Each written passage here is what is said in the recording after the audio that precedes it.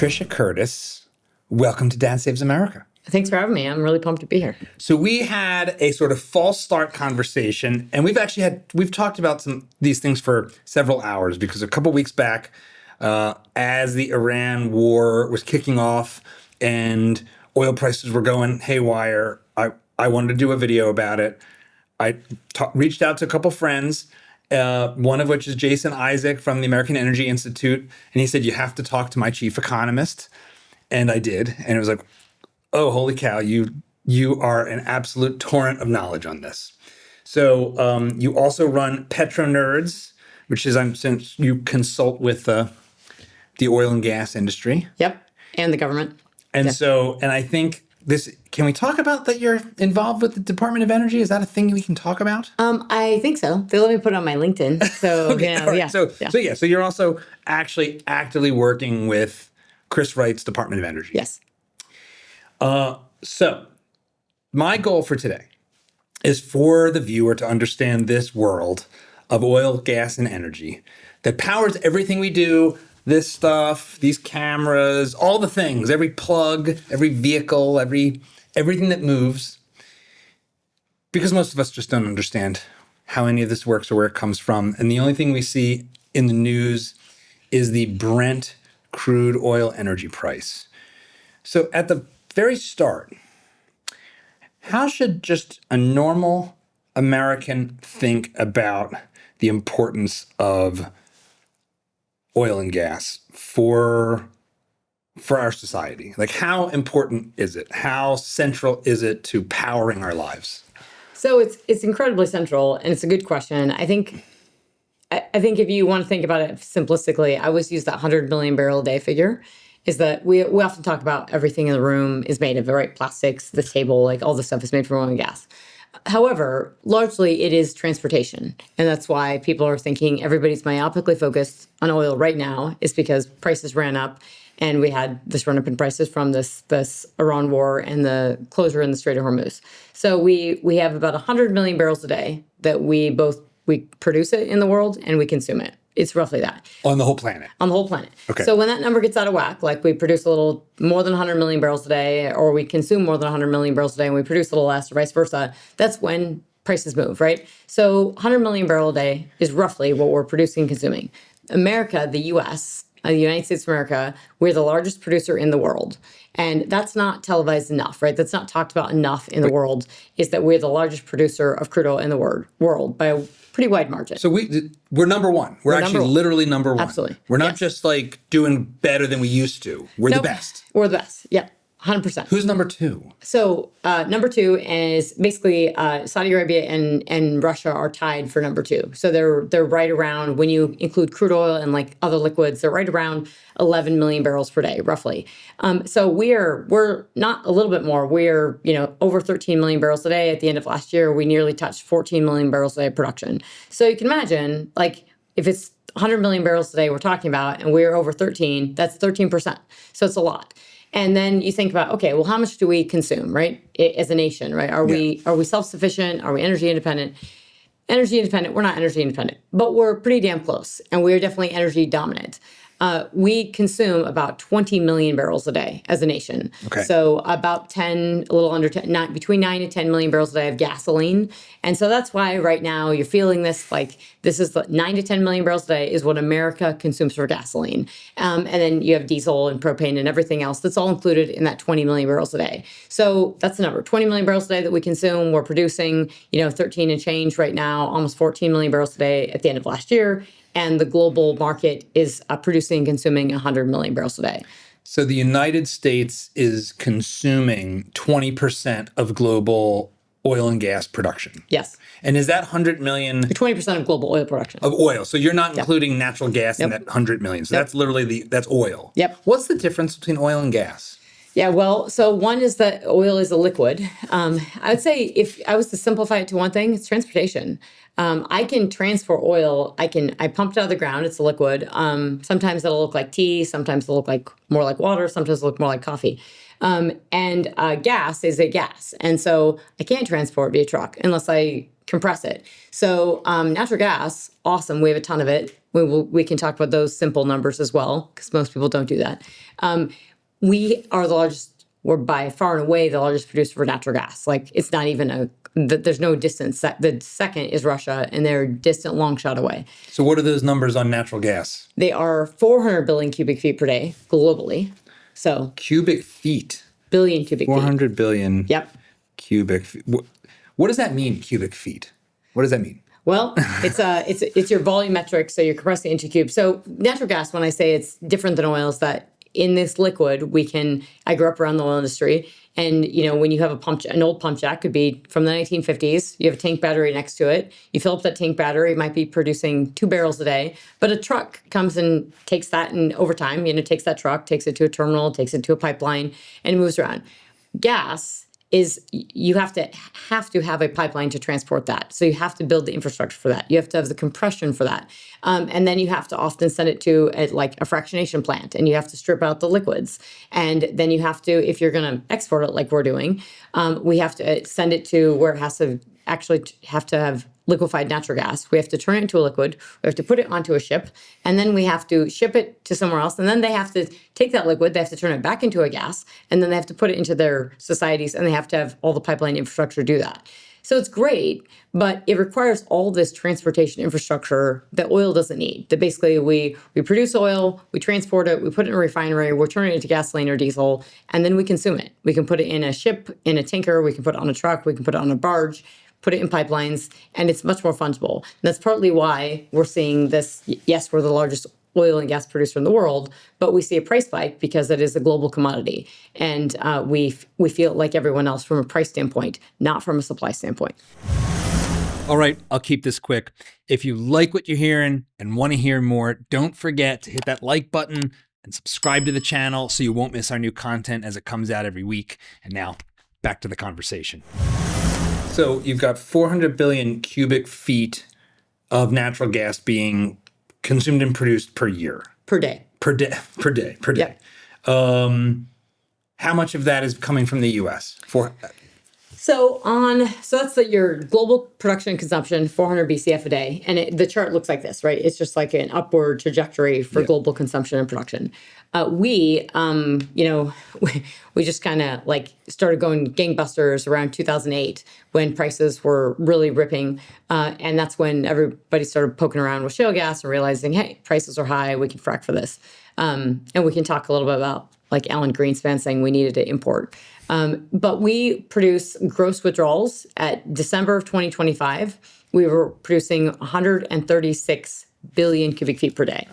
136, yeah. So more than a quarter. Exactly, more than a quarter. Heading towards a third of the global supply of natural gas comes from the United States. And I think that's truly underestimated. Even when people are in the space, it's a massive number, right? So it's Russia produces, I think it's now less than that. They're just over 60 BCF a day is what Russia produces. And that is the second largest producer of natural gas in the world. So it's way, way out there. And so when we think about do we have enough natural gas? Mm-hmm. Absolutely. We have enough natural gas for us. We have enough natural gas for all our friends and probably our enemies, which maybe we shouldn't be giving it to them. But we have enough for everyone and then some. And so it's been a huge boon for global energy security is us exporting this nat gas. And of that number, that 136 billion cubic feet per day that we're producing as of December, we're exporting around 20 BCF a day of that via liquefied natural gas. We export some via pipeline as well.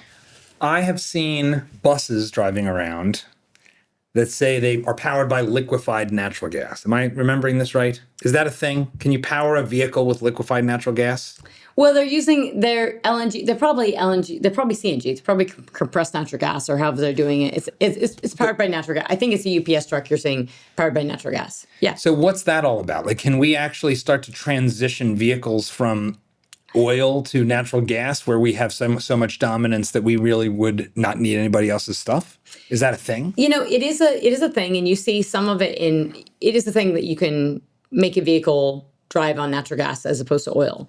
You're seeing it more actually from a power side in the oil and gas industry, where you have frac fleets that were run on diesel that are now run on natural gas, right? They're actually, the electric frac fleet is really just, it's really just natural gas that's powering something that's like a genset, and it's natural gas turbines. So we can do it in transportation. You're seeing some of that in China, because China doesn't have as much oil as we do, and they would love to. And so they're doing everything they can to offset that. So they have a lot of vehicles powered, or trying to have big vehicles like trucks and stuff powered on natural gas. I think, to my understanding and my knowledge, is that it's always come down to infrastructure. When I was little, I remember my dad was in the oil field, and we met one of his friends in a small town in Baggs, Wyoming, and he had a natural gas truck. And I remember thinking, as a kid, where do you fuel this up? Like, how does this work? And that was literally the crux of the problem, is how do I fill this up, right? Because you have to have the infrastructure for that. So I think we don't have that infrastructure necessarily. You have to have the vehicles, the infrastructure. There's quite a bit of stuff on the vehicle that, like, how heavy are you making it? This is, I don't know if you remember, like, the hydrogen debate of, like, there was hydrogen fuel. There was this period of time. I feel like it may have even been around 2008, 9, 10. Yes, it was the National Geographic article and all that crazy. Yeah, it was like, and there was a book like Hydrogen Future, and it was like hydrogen's gonna. The only company I've even seen that like has anything that's hydrogen is Toyota. Like Toyota has some hydrogen powered car, and it's like, oh, it's great. You put hydrogen in, and out just comes plain old water out of it's H2O. Well, and I think it's not quite like that, right? It's not nearly as difficult as that. But I think there's a lot of stuff that, the market didn't go crazy. There wasn't a massive uptake. I mean, I remember in the 70s, my grandparents still had, I think we still have them on our family farm, is propane trucks, right? Where you converted a diesel or a gasoline vehicle, and they converted to actually propane, and you have a big propane tank on the back of it. So that's kind of thinking about this, is the actual tanks and everything on it, and what you have to have for it, and infrastructure. Obviously, they can't fuel up that propane truck at a regular gas station that does not have propane. So I want to just sort of do let's think through the stuff in our lives before we get into some of the bigger, deeper wells that we will drill together. Okay, so in my daily life, it's obvious I'm putting gas in my car. Where else is oil powering my life as an American, besides like go to the gas tank, fill her up? So, I mean, I'd say actually it's like the biggest things I always think plastics, and I think of, and the shifts in that, plastics and pharma and synthetics, right? So your shirts that have synthetic material. I thought it was hilarious when I moved to DC in my 20s, and it was Patagonia that has all the stuff that they like hate oil and gas. And I'm like, literally everything in here is made from like oil and gas. So synthetic materials is huge. And then so Patagonia, Super Green, Pacific Northwest Company, all their products are literally just oil. You're wearing oil products. Yes, absolutely. Like your swarm and cozy Patagonia is oil. Yep. Same as North Face, which that was the thing that Chris Wright made Vic think about. So all the synthetic material, and increasingly we would make a lot of plastics from oil. And now that we have natural gas, you can make it from natural gas as well. So think plastics, that's great because we have so much of it. So all the stuff, when you go to your car seat for your baby, that plastic thing, your seat belts. Yep. You go to the hospital, all that sterile plastic stuff that keeps you alive. Yep. All oil and gas. Yeah. And then lubricants, I mean, oils, like everything. I mean, and I say we most widely think about it for transportation because in most countries in the developed world and even developing, it's kind of like 30% of your primary energy consumption, or like literally it's 1/3 of your primary energy consumption is typically oil, which is typically going to transportation and road fuels, which is what's kind of running your society, right? We're buying stuff from Amazon, we're shipping it to our house, so we're putting stuff on trains, we're running those in diesel. So that's primarily, but yes, it's in everything. Like if you try to strip it out, people think of like plastic straws. That didn't work out well. But people think of like plastic straws, but think of plastic anything. Like, you can't make Legos without it. Like, I mean, which would be, you've probably noticed there's Legos. I see them. There's Legos everywhere. I'm a Lego maniac. I still buy sets on a routine basis. You are definitely a nerd. I love it. Yeah. To the max. A world without Legos is not a world I would want to be in. Absolutely. Even though Minecraft has offset Legos. In fact, for a lot of young people, and in a way, one of the things that's been interesting in the broader energy discussion that gets overlooked with the exception of the occasional book by someone that's sane is that we've actually been, as I understand it, functionally dematerializing our economy. Like, yeah, Minecraft isn't plastic Legos. Now it is using energy for the computers. But this thing used to fill an entire warehouse full of computing. Now it's just a single pane of glass and some aluminum. And so the actual amount of atoms per dollar of GDP is actually going down, right? How has that changed the way Americans consume oil and gas over the past 20 years? Have we continued to just rocket up in our consumption of oil and gas? Or has it started to actually like level off? So it's a really great debate because everyone and people are surprisingly, I thought it would be talked about a little bit more with this recent, this recent oil crisis we've had. It hasn't been, right? People always talk about like your correlation of GDP, which is gross domestic product, basic indicator of economic health, and oil consumption, and how tightly those are correlated.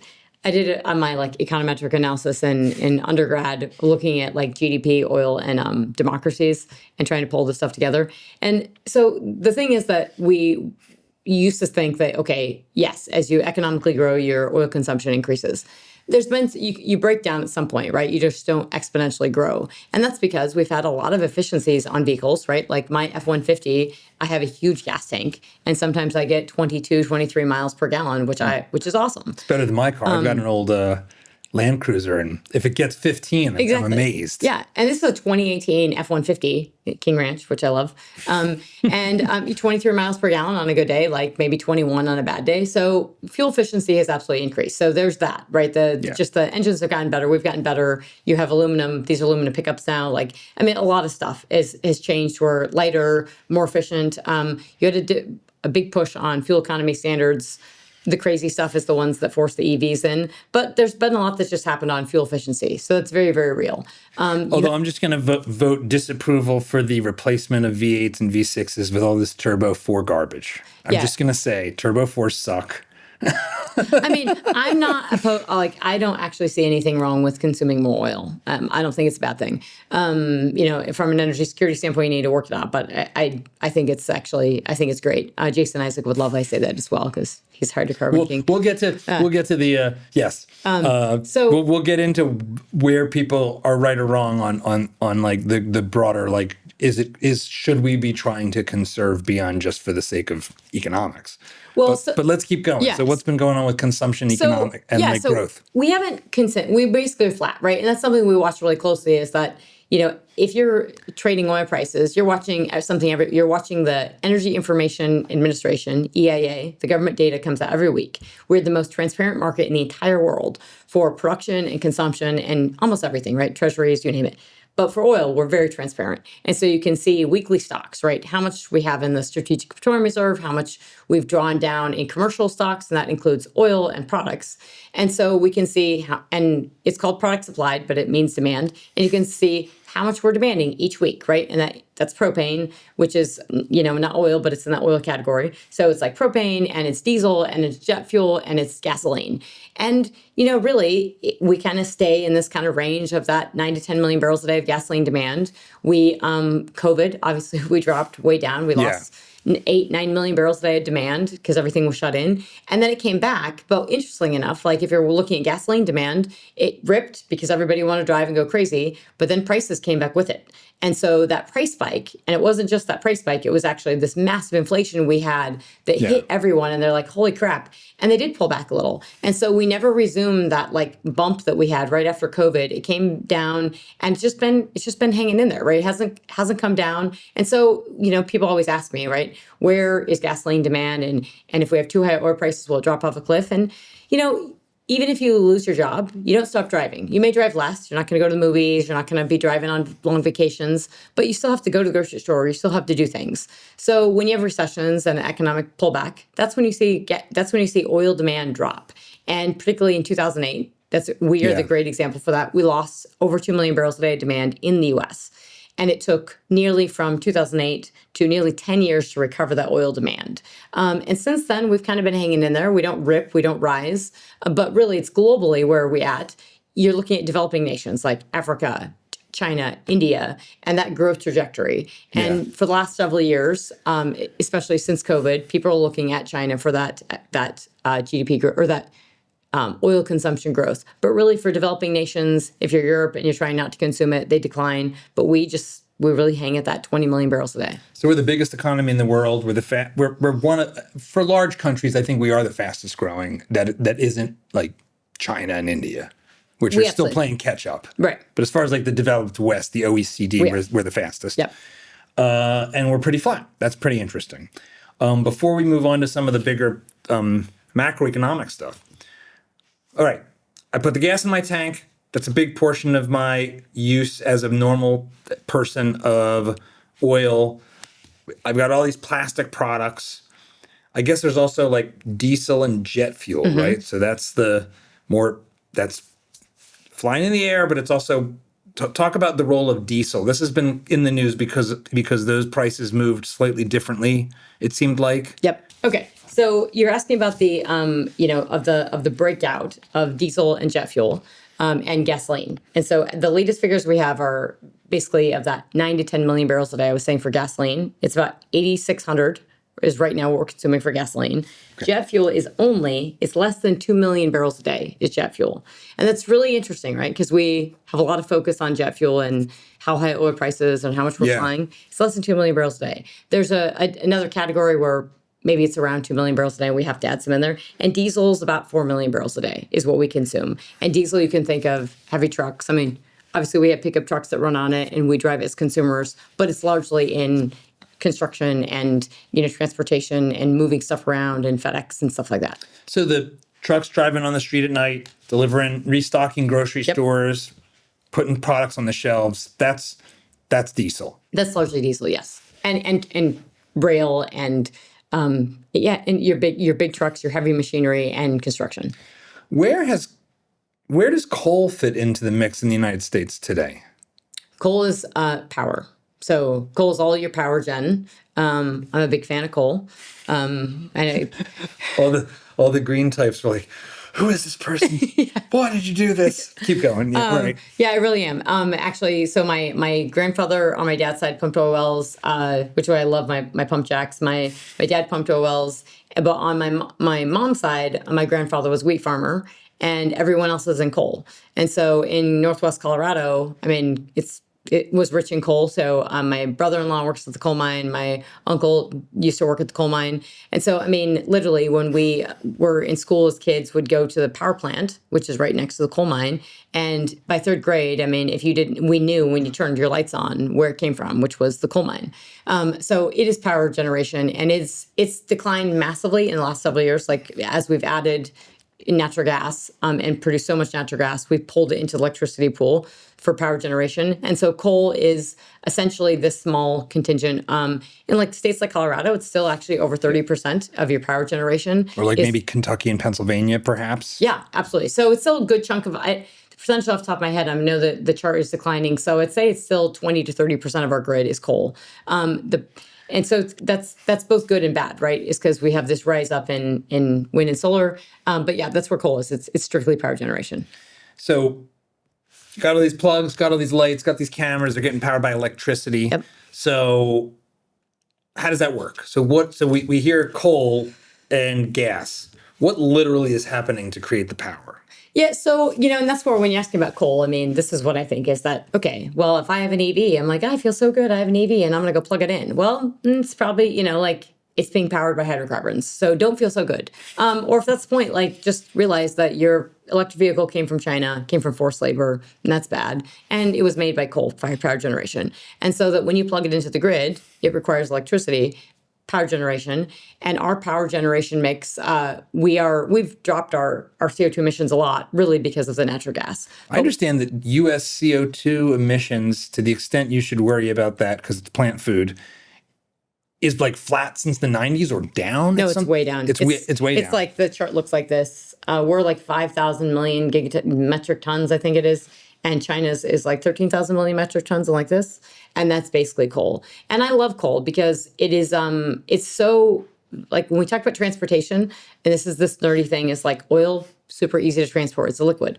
Coal is a rock. It's just this chunk of coal. And I can stack it up and I can just hold it here forever. I can put it in this room and 50 years from now, I can go, maybe it's degraded a little, but I can burn it and I can make power from it.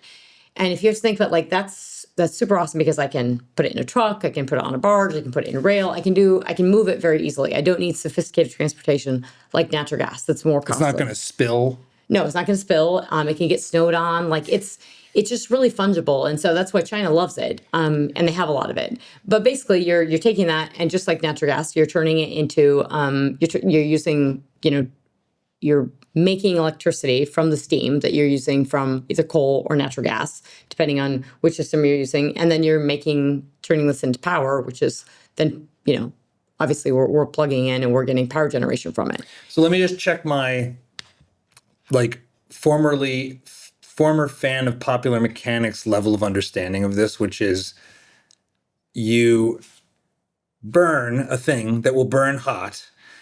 It creates steam that moves a giant turbine, and then essentially magnets move electrons because of the movement of the turbine. Is that basically? That's basically like, I mean, as a child, the child level, which is my level of understanding of the physics here, is like moving of a turbine moves magnets that move electrons, and that's what goes out and makes all this happen. Yes. And I would say that, actually, I'm just backing up and thinking that number. I have a number in my head of, this China versus the US. And we think about how much coal, and it's important because we don't use that much of it. We've lost so much in power generation for coal-fired power generation. So of our 4,500 terawatt hours, that's roughly what our grid is, like 4,500 terawatt hours. China has double the power generation. They have over 10,000 terawatt hours. We have I want to say it's around 700 of those 4,500 is coal, right? It's a fraction. It's a really, really small number. Most of it's natural gas from power gen. Whereas China's, they're over 10,000 terawatt hours, 60% or 5,800 terawatt hours are from coal. They have more coal-fired power generation than any nation in the world has power generation. Wow, I've never heard those numbers. That's unbelievable. I mean, it makes sense. They're a gigantic country with, whatever it is. It would be at least 4x, 5x the population of America. Right. Not all living as well as we do, but that gap is starting to close. Right. Wow, so they're more than double. Mm-hmm. And then it's 60% coal. Yep. So they have a lot of coal. So one of the things you've talked about here repeatedly is just the physical aspect of this. Yep. So natural gas is literally a gas, like we breathe, like CO2 itself. The other thing about natural gas is it's highly explosive, right? So somebody once said, the way our modern regulations work, it never would have, and I know there's cities that want to ban it for dumb reasons now, but you'd never have gas-powered fire in a home in the modern safety state. We pump in this volatile gas that's actually doesn't have a scent unless you add a scent to it, and then light it on fire and flames come out, and it's an explosive element. It's quite volatile, right? How should I think about the safety of natural gas? We've been doing this for a long time. Yeah, so, for sure. We haven't burned the society to the ground, obviously. But and so you have to do it right. But I mean, we've honed in on this, right?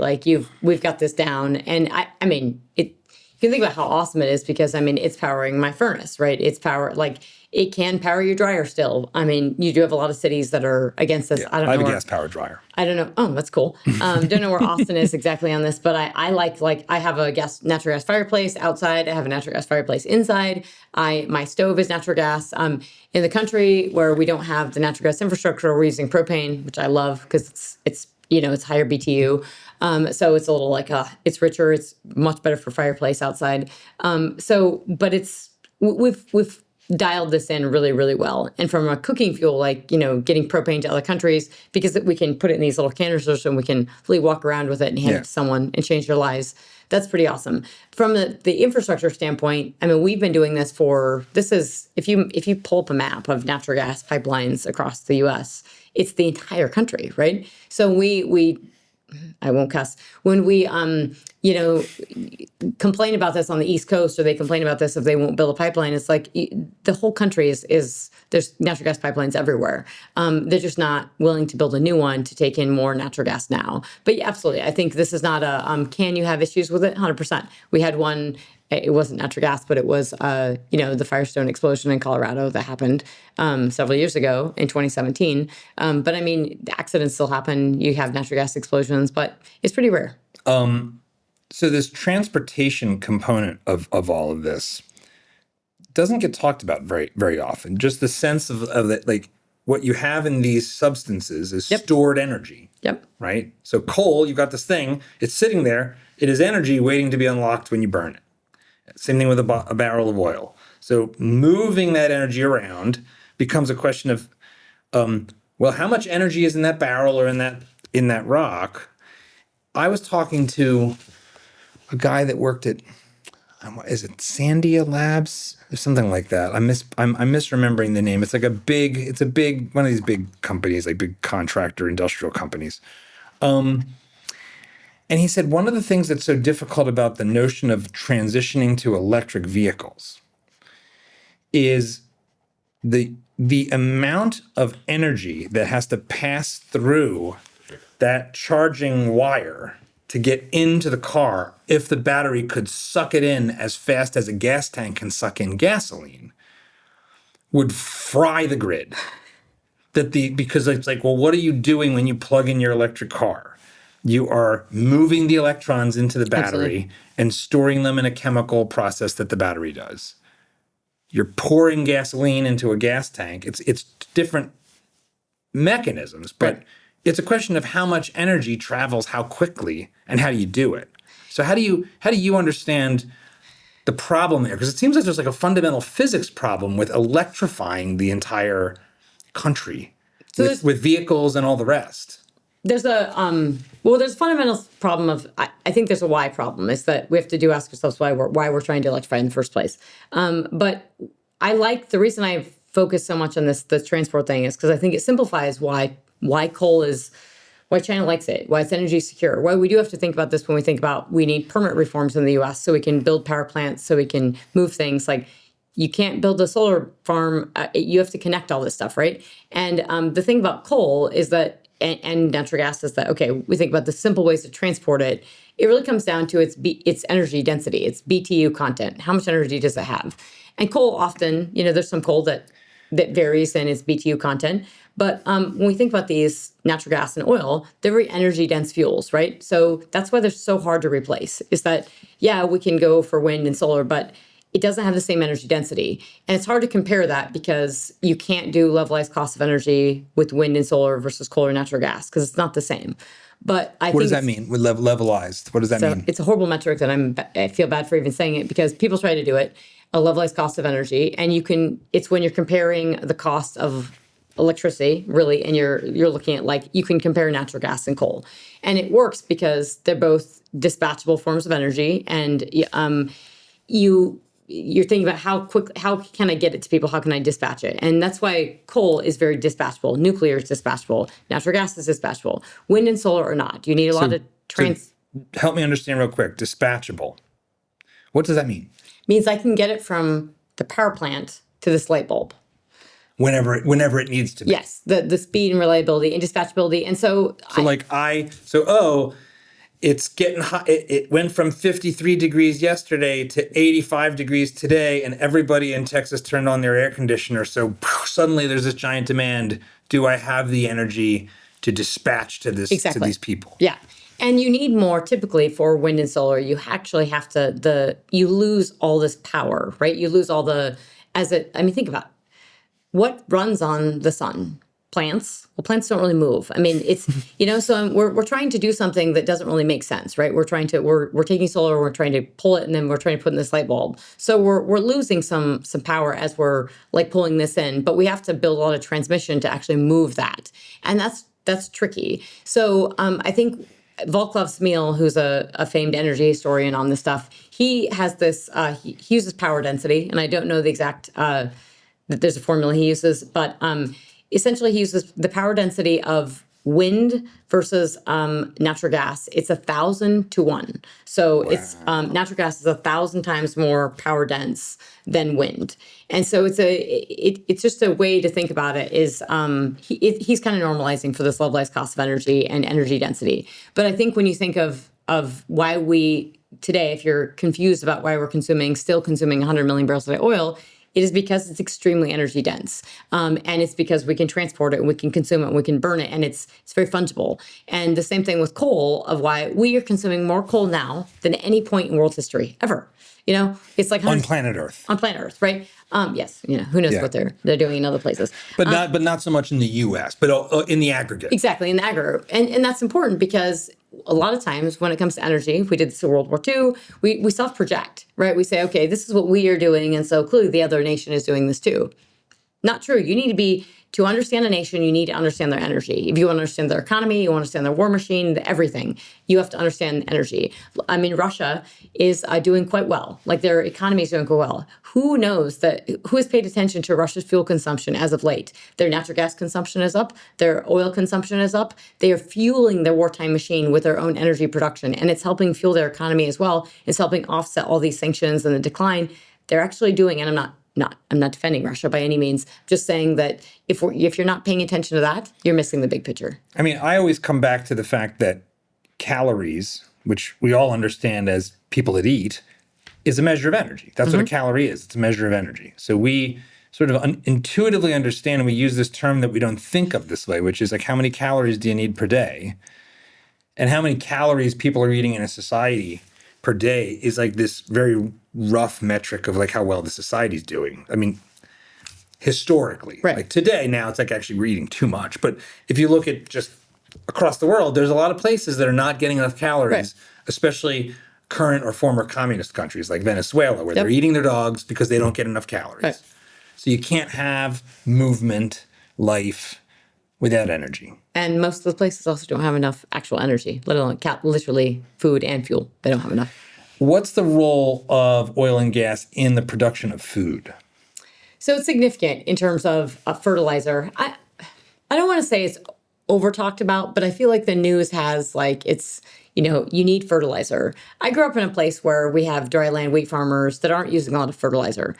Not to say like most people are using fertilizer. And so you're making, natural gas, you're deriving this largely from natural gas. So it's a huge component.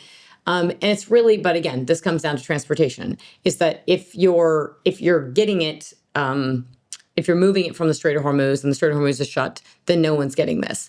It's typically not an issue the war in Ukraine breaks out and we start worrying about fertilizer, but it was actually not just fertilizer, it was that was a grain belt, right? Ukraine produces a lot of wheat. And so we get a little confused where we have an energy situation. Russia's a large oil producer. Oil prices rose, but we didn't actually have an oil supply shock. And then we start talking about fertilizer. And so I don't want to underestimate, or simplify or say we don't need it. But it's more that if you don't have access to it and then you're planting, are you going to have worse crop yields? And then we're going to have a food issue. I would say it has been the hyperbole on the stock market has been unbelievable. And this myopic focus is we're all going to die because the Strait of Hormuz is closed and we don't have enough fertilizer. We definitely need it opened and we need that fertilizer. But this is not a month of this is not going to. I think we will survive this. Is what I'm saying. If we're this big natural gas producer and natural gas is what's used to create nitrogen fertilizer, why do we care about the Strait of Hormuz for farmers in the U.S.? Why is that as like NPR, U.S. farmers worry about fertilizer supply due to war in Iran? So I do think there's a lot of hyperbole and a lot of myopic focus on this, but we're not self-sufficient. So if we're still importing some, we still have a problem. And I would say that farmers, and I love farmers because I'm from a farming family, but they have a big outside say like ethanol. I mean, you name it. So when the farmers are up in a tizzy, they make a big stink in Washington. And so if they are short on fertilizer, this is going to be a problem. If they're short and we're going to have lower crop yields, this is going to be a problem. But really, actually, we think about this for the U.S., this is a much bigger issue, to your point, in energy and energy consumption. This is a much bigger issue for the rest of the world that is, super exposed, and they need this, and they need good crop yields, and they need enough to actually, in Africa and parts of the rest of the world that desperately need this more than we do. Speaking of crops and energy, we apparently still, by law, even here in 2026, require us to put food stocks in our gas tank called ethanol. Yep. Why do we do that? What is that? I mean, because this is the weirdest thing in energy policy to me, still to this day. So here's my understanding, and correct me if I'm wrong. Yeah. You're taking arable land that could be used for food, and you're instead taking that crop and then processing it through an expensive, energy-intensive process that also has to ultimately get it to a sugar. So if you're starting with, say, corn in Iowa, to then turn it into something like a sugar, to then turn it into a biofuel, that then engines don't particularly like, and also degrades. It just seems like every single step along the way is idiotic. So am I wrong about that? Am I being too hard on ethanol? No, I've never been a fan, but it's interesting because you're making me, I'm like going back into my 20s now thinking when I worked on this stuff. And, I'm not an expert on urea and fertilizer, but years ago when I worked with the Energy Policy Research Foundation, and actually it was the National Geographic, that magazine, if you remember, in 2008, right? Was all these magazines like, we're running out of oil, and which we weren't. Yeah. But it was great because this is the stuff that I was keenly focused on this as a kid. And then I'm in Washington and I'm working, and my this Energy Policy Research Foundation did a lot of work on ethanol, and it's a renewable fuel standard. So we're trying to pull renewables, and there was a number of things, right? It was oil prices, and worried that we didn't have enough because oil production was coming down in the U.S. There was this meme around peak oil, which nobody says now. We'll talk. They do say that, but they say it in a different way. So we'll talk about peak oil and peak shale in different ways. But so you're trying to do a couple things, right? There was all this, and this is what we do have to be careful with a lot of things. Like different sides can take what they want and they can spin it around and they can ruin it for everyone. And so if your idea is that we're going to try to have more fuel, there was a component to this of saying we want to use ethanol and we want to add it into the gasoline pool so we have more gasoline. And that's so. Okay, your logic is maybe that's not the worst thing in the world. However, you should ask yourself, is this going to work? Well, what Congress did, and this was actually under Bush, I think this was 2001, if I have this right. And maybe it was early. Yeah, so Congress mandated the volumes. This is really if I could say one thing about the ethanol, it's not the mandate. The mandate's not good, but it's actually the mandated volumes, because they had an assumption the gasoline consumption would go like this forever. It would just keep going up. So they mandated the volumes. So now, not even the percentage, not even the amount produced and used. And this is why you cannot let Congress do this stuff, right? Because they don't know. And I always wonder, who are the PhD economists who have studied gasoline, production and consumption, and no, they don't know. They're not PhDs. They have no idea. They've never studied this for a living. So they're just mandating these volumes. And so every year you have to have an exemption because they can't put this in. So we went from we call it the blend wall, where you put too much ethanol in and you hit this blend wall. Well, so it was 10%, and then we've increased it to 15%. And you've gotten most engines built, my pickup truck says, E15, you can put E15 in. You still have, I think, boats that some boats don't do it. A lot of your lawnmower and stuff may not want E15. A lot of stuff has transitioned to that. I believe we just did a waiver for this because in the summer with ethanol, anyways, we do some different things in the summer we blend gasoline differently in the summer. Here in Texas, at least at some of the Buc-ee's outside of Austin, they actually have. It's the first time I've seen this, but I imagine it's been there for a while. You can actually get zero ethanol gas. Yeah. So it's. I like that you can even see that. But so the whole point of this is that, okay, I have more gasoline if I'm blending this in. But so the tricky thing, so are you trying to solve for, if you're trying to solve for gasoline production and gasoline, we don't have that problem anymore in America. Then had the other people that took it and said, well, we're saving everyone because who wants to burn oil? This is horrible, right? This is a hydrocarbon and we have CO2 emissions. The CO2 emission, the footprint of taking planting corn, harvesting it, and then turning it into ethanol, which, by no offense to Tito's, but I believe that comes from an ethanol factory. This handmade vodka. That's what you're doing. You're making this alcohol, and then you have to. By the way, you have to put it in a train. Like, this doesn't go in a pipeline. So when people were up in a tizzy when we were moving crude by rail, which I helped a lot of folks move that in when the Bakken was starting to boom in 2010 or so, and you're trying to get to the East Coast. A lot of folks on the East Coast did not want crude by rail because they didn't want their community and train cars blowing up, except they had ethanol, and you have to move that via rail car, and it is flammable. And so we have to do things that are dangerous because that's how this all works. But we have all this ethanol moving via rail that is flammable because we have this renewable fuel standard, this mandate that we have to put so much in. And so, and then you do have a big farm lobby, right? I think The West Wing is I watched that whole thing again in my 20s, and it's funny because there was an ethanol thread. Like, somebody knew about ethanol on that show because they pitched they were like, which guy is going to talk bad about ethanol and say that this is stupid? And really it was quite stupid, but nobody was willing to do it because they didn't want to piss off the farm lobby. It looks like it persists because it's just a subsidy to farm. It's just a government subsidy. It's a forced subsidy the rest of us pay for to produce crops that wouldn't otherwise have been produced. Yeah, and I think if you let it run, because we have this renewable fuel standard, their renewable identification credits, I think, are RINs that the refiners have, and so they have to blend so much, and then they get credits, and they have to store up these credits because then they don't blend. It's a whole messy thing. We spent a lot of time on it years ago, and it's just the refining process of the business is awesome and nerdy and cool. It gets really complicated though, when you have to blend all this stuff into, when you're actually blending this stuff in. So yeah, I think I'm all for get rid of the subsidies and let the market do it and then see what wins. And you're going to see that a lot of this stuff doesn't actually win. So we have President Trump came into office saying, drill, baby, drill. And as he was entering office, oil prices on that global Brent oil, the number we all hear right now, it's coming down because there's a ceasefire as we sit here. So it was up at 110 and now it's down below 95, and who knows tomorrow. There was around something like $65 a barrel of oil. Mm-hmm.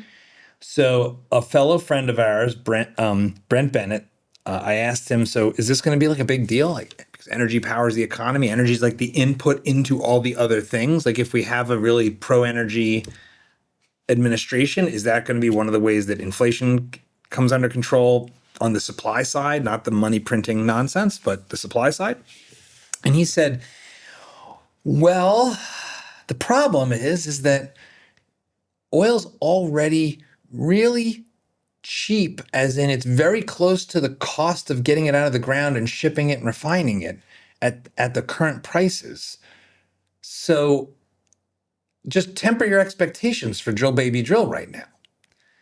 So what's what's real and what's not real? What's possible and not possible if you're pro drill, baby, drill?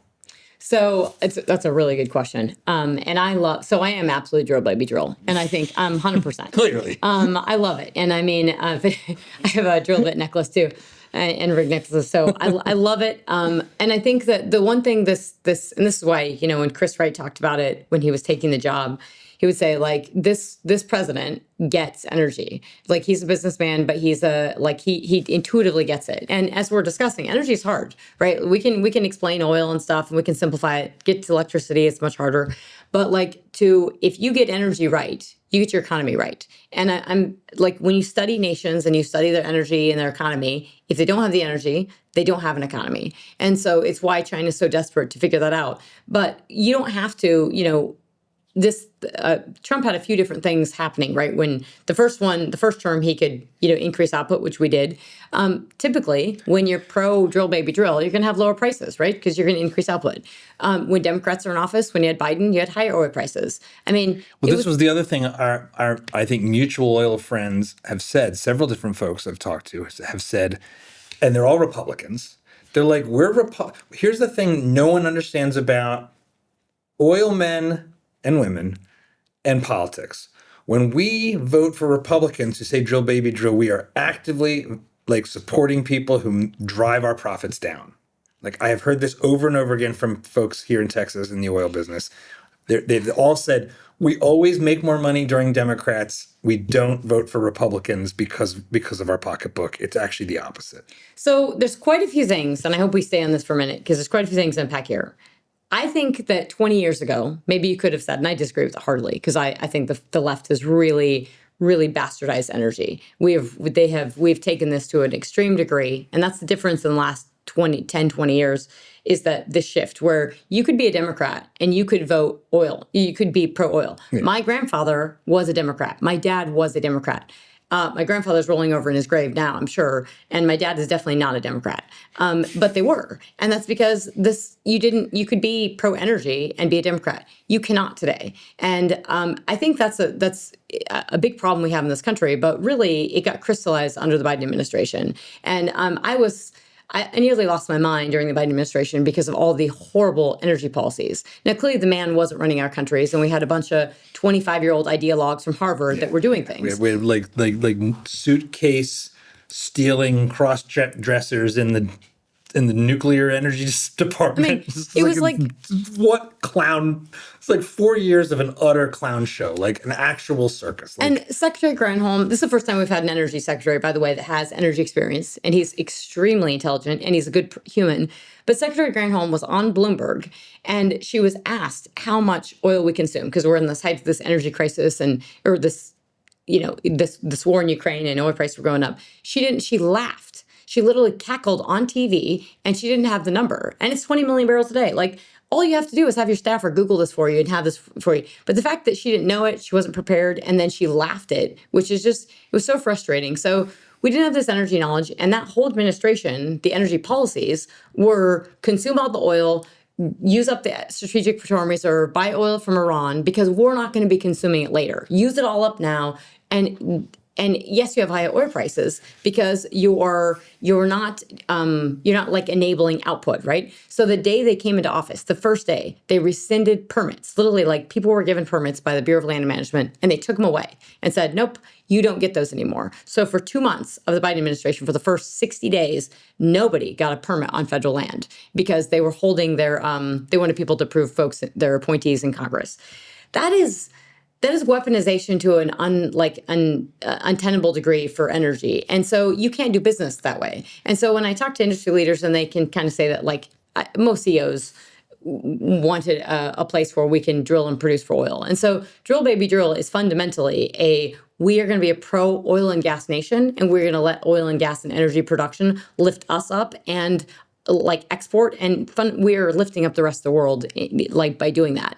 But when you get the energy piece right and you let it drive your economy, I mean, when we're producing almost 14 million barrels a day and we're producing 136 billion cubic feet per day of gas, we don't have to worry about energy, but we're making lots of money with this. I mean, we're exporting 4 million barrels a day of crude oil. We are the largest exporter of crude and product in the world. Like, Saudi Arabia doesn't come close. We're like 11 million barrels a day of crude and product, right? Wow. Which is insane, right? So we're making money from that, and that gives you a lot of economic horsepower. That gives you a lot of geopolitical maneuverability. And so that's incredible leverage that I think is not fundamentally appreciated. But your question on this kind of break even, this $65, this marginal barrel, Trump says drill, baby, drill, but can you actually get the cost lower?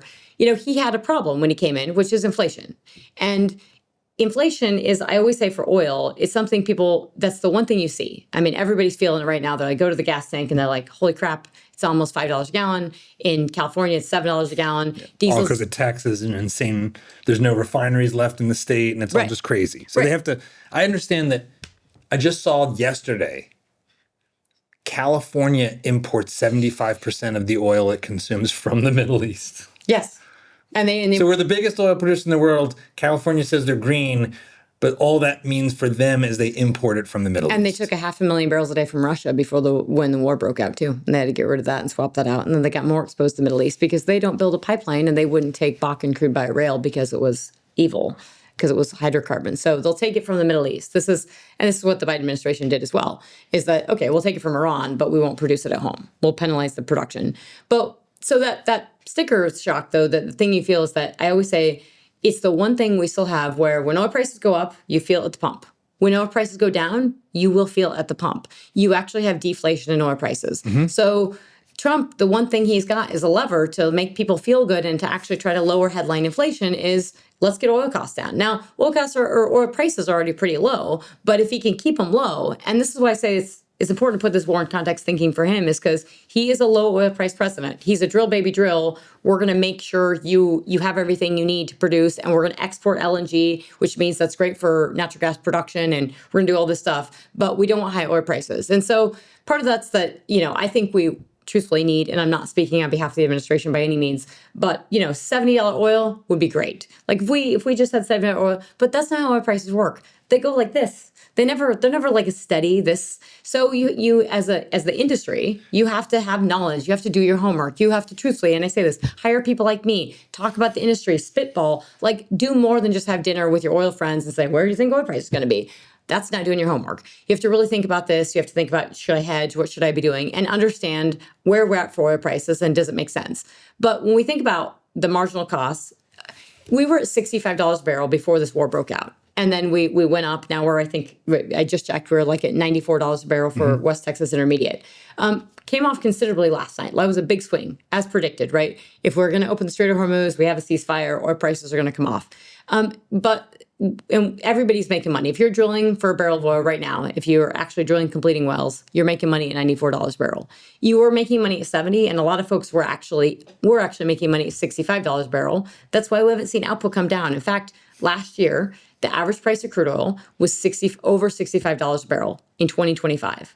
But if you interviewed the oil and gas industry, I bet if you brought a bunch of CEOs on this and you asked them, especially around October of last year, I don't know if they would have told you we were at 65. They would have, basically, they felt like we're in the 50s, and they would have thought we were lower. And so when I was speaking across the country and I'm at conferences and stuff, and I would say, where do you know where we're at for oil prices or average? And they didn't realize we were at 65, right? It felt worse. And so why would it feel, why would the boots on the ground producing this product, selling it, feel something different than this number we all see that's the globally traded commodity price? So it feels different because they had, like the rest of the world, they felt inflation. And so $65 oil in 2025 was different than $65 oil in 2020 because we had incredible inflation. So you're paying your people more because prices have gone up for everything and demand, and you're competing on everything. Right. All your inputs have gone up. Yep. So and they got used to a little higher oil prices, right? When you feel 80, it feels great. But we were more profitable. We've been more profitable as an industry at these lower oil prices than we were when we were at 100 several years ago. And that's because the industry has just gotten so much better at drilling and producing this oil. So I would have pushback on our mutual friend because the industry always does more with less. And Chris Ray said this, and I know the oil industry didn't love to hear it, and nobody wants to say, like, they didn't feel good thinking, oh, are we going to 50? And that's not great. We really maybe should stop televising the $50 figure. But you will do more with less. And actually last year, our oil and gas industry, if you ask them, to explain why we were producing almost 14 million barrels a day, they had a hard time with it because holy crap, they're pulling back, they're trying to do stuff, and yet we're increasing output. Well, the U.S. industry, and to their credit, I mean, they did such an amazing job. They did drill, baby drill, because we went to almost 14 million barrels a day at $65 oil. Well, Saudi Arabia missed that. They didn't get that right. They thought we had peaked output at the beginning of last year. And so this peak shale came in. And this is where I think the left has pulled this a little bit, right? It works for them, right? If they say we're peaking oil, that means, we got to move away from this stuff because we're peaking. And then, everybody, we can take that. And so I think we have to be careful as the oil and gas industry to say we're peaking because I don't think we are. But we are very, very good about doing more with less. So if you keep oil price 65, the industry will figure out a way to work around that. It won't be amazing. It's not like they're going to love it. They're simply not going to be happy with you, but they're going to make it work. And that's actually what they did. Now, if you take that to 55 or 50 and you hold it there for a year, it's going to look different. They're going to be grumpy. You're not going to go to 10 million barrels a day. You're not going to decline output rapidly. It takes a lot to do that. So it's a much more resilient industry than I think people appreciate. And we're really, really good at it here in the U.S. What is fracking? And what did that represent? Because I know it was a transformational thing for U.S. energy production, for U.S. oil and gas. It was very controversial. There was movies about how there's towns that you could like light the water coming out of the tap on fire. They didn't advertise that you could do that before fracking because that was a geological effect. No, it's the movies. Yeah. You can just lie. But what is it?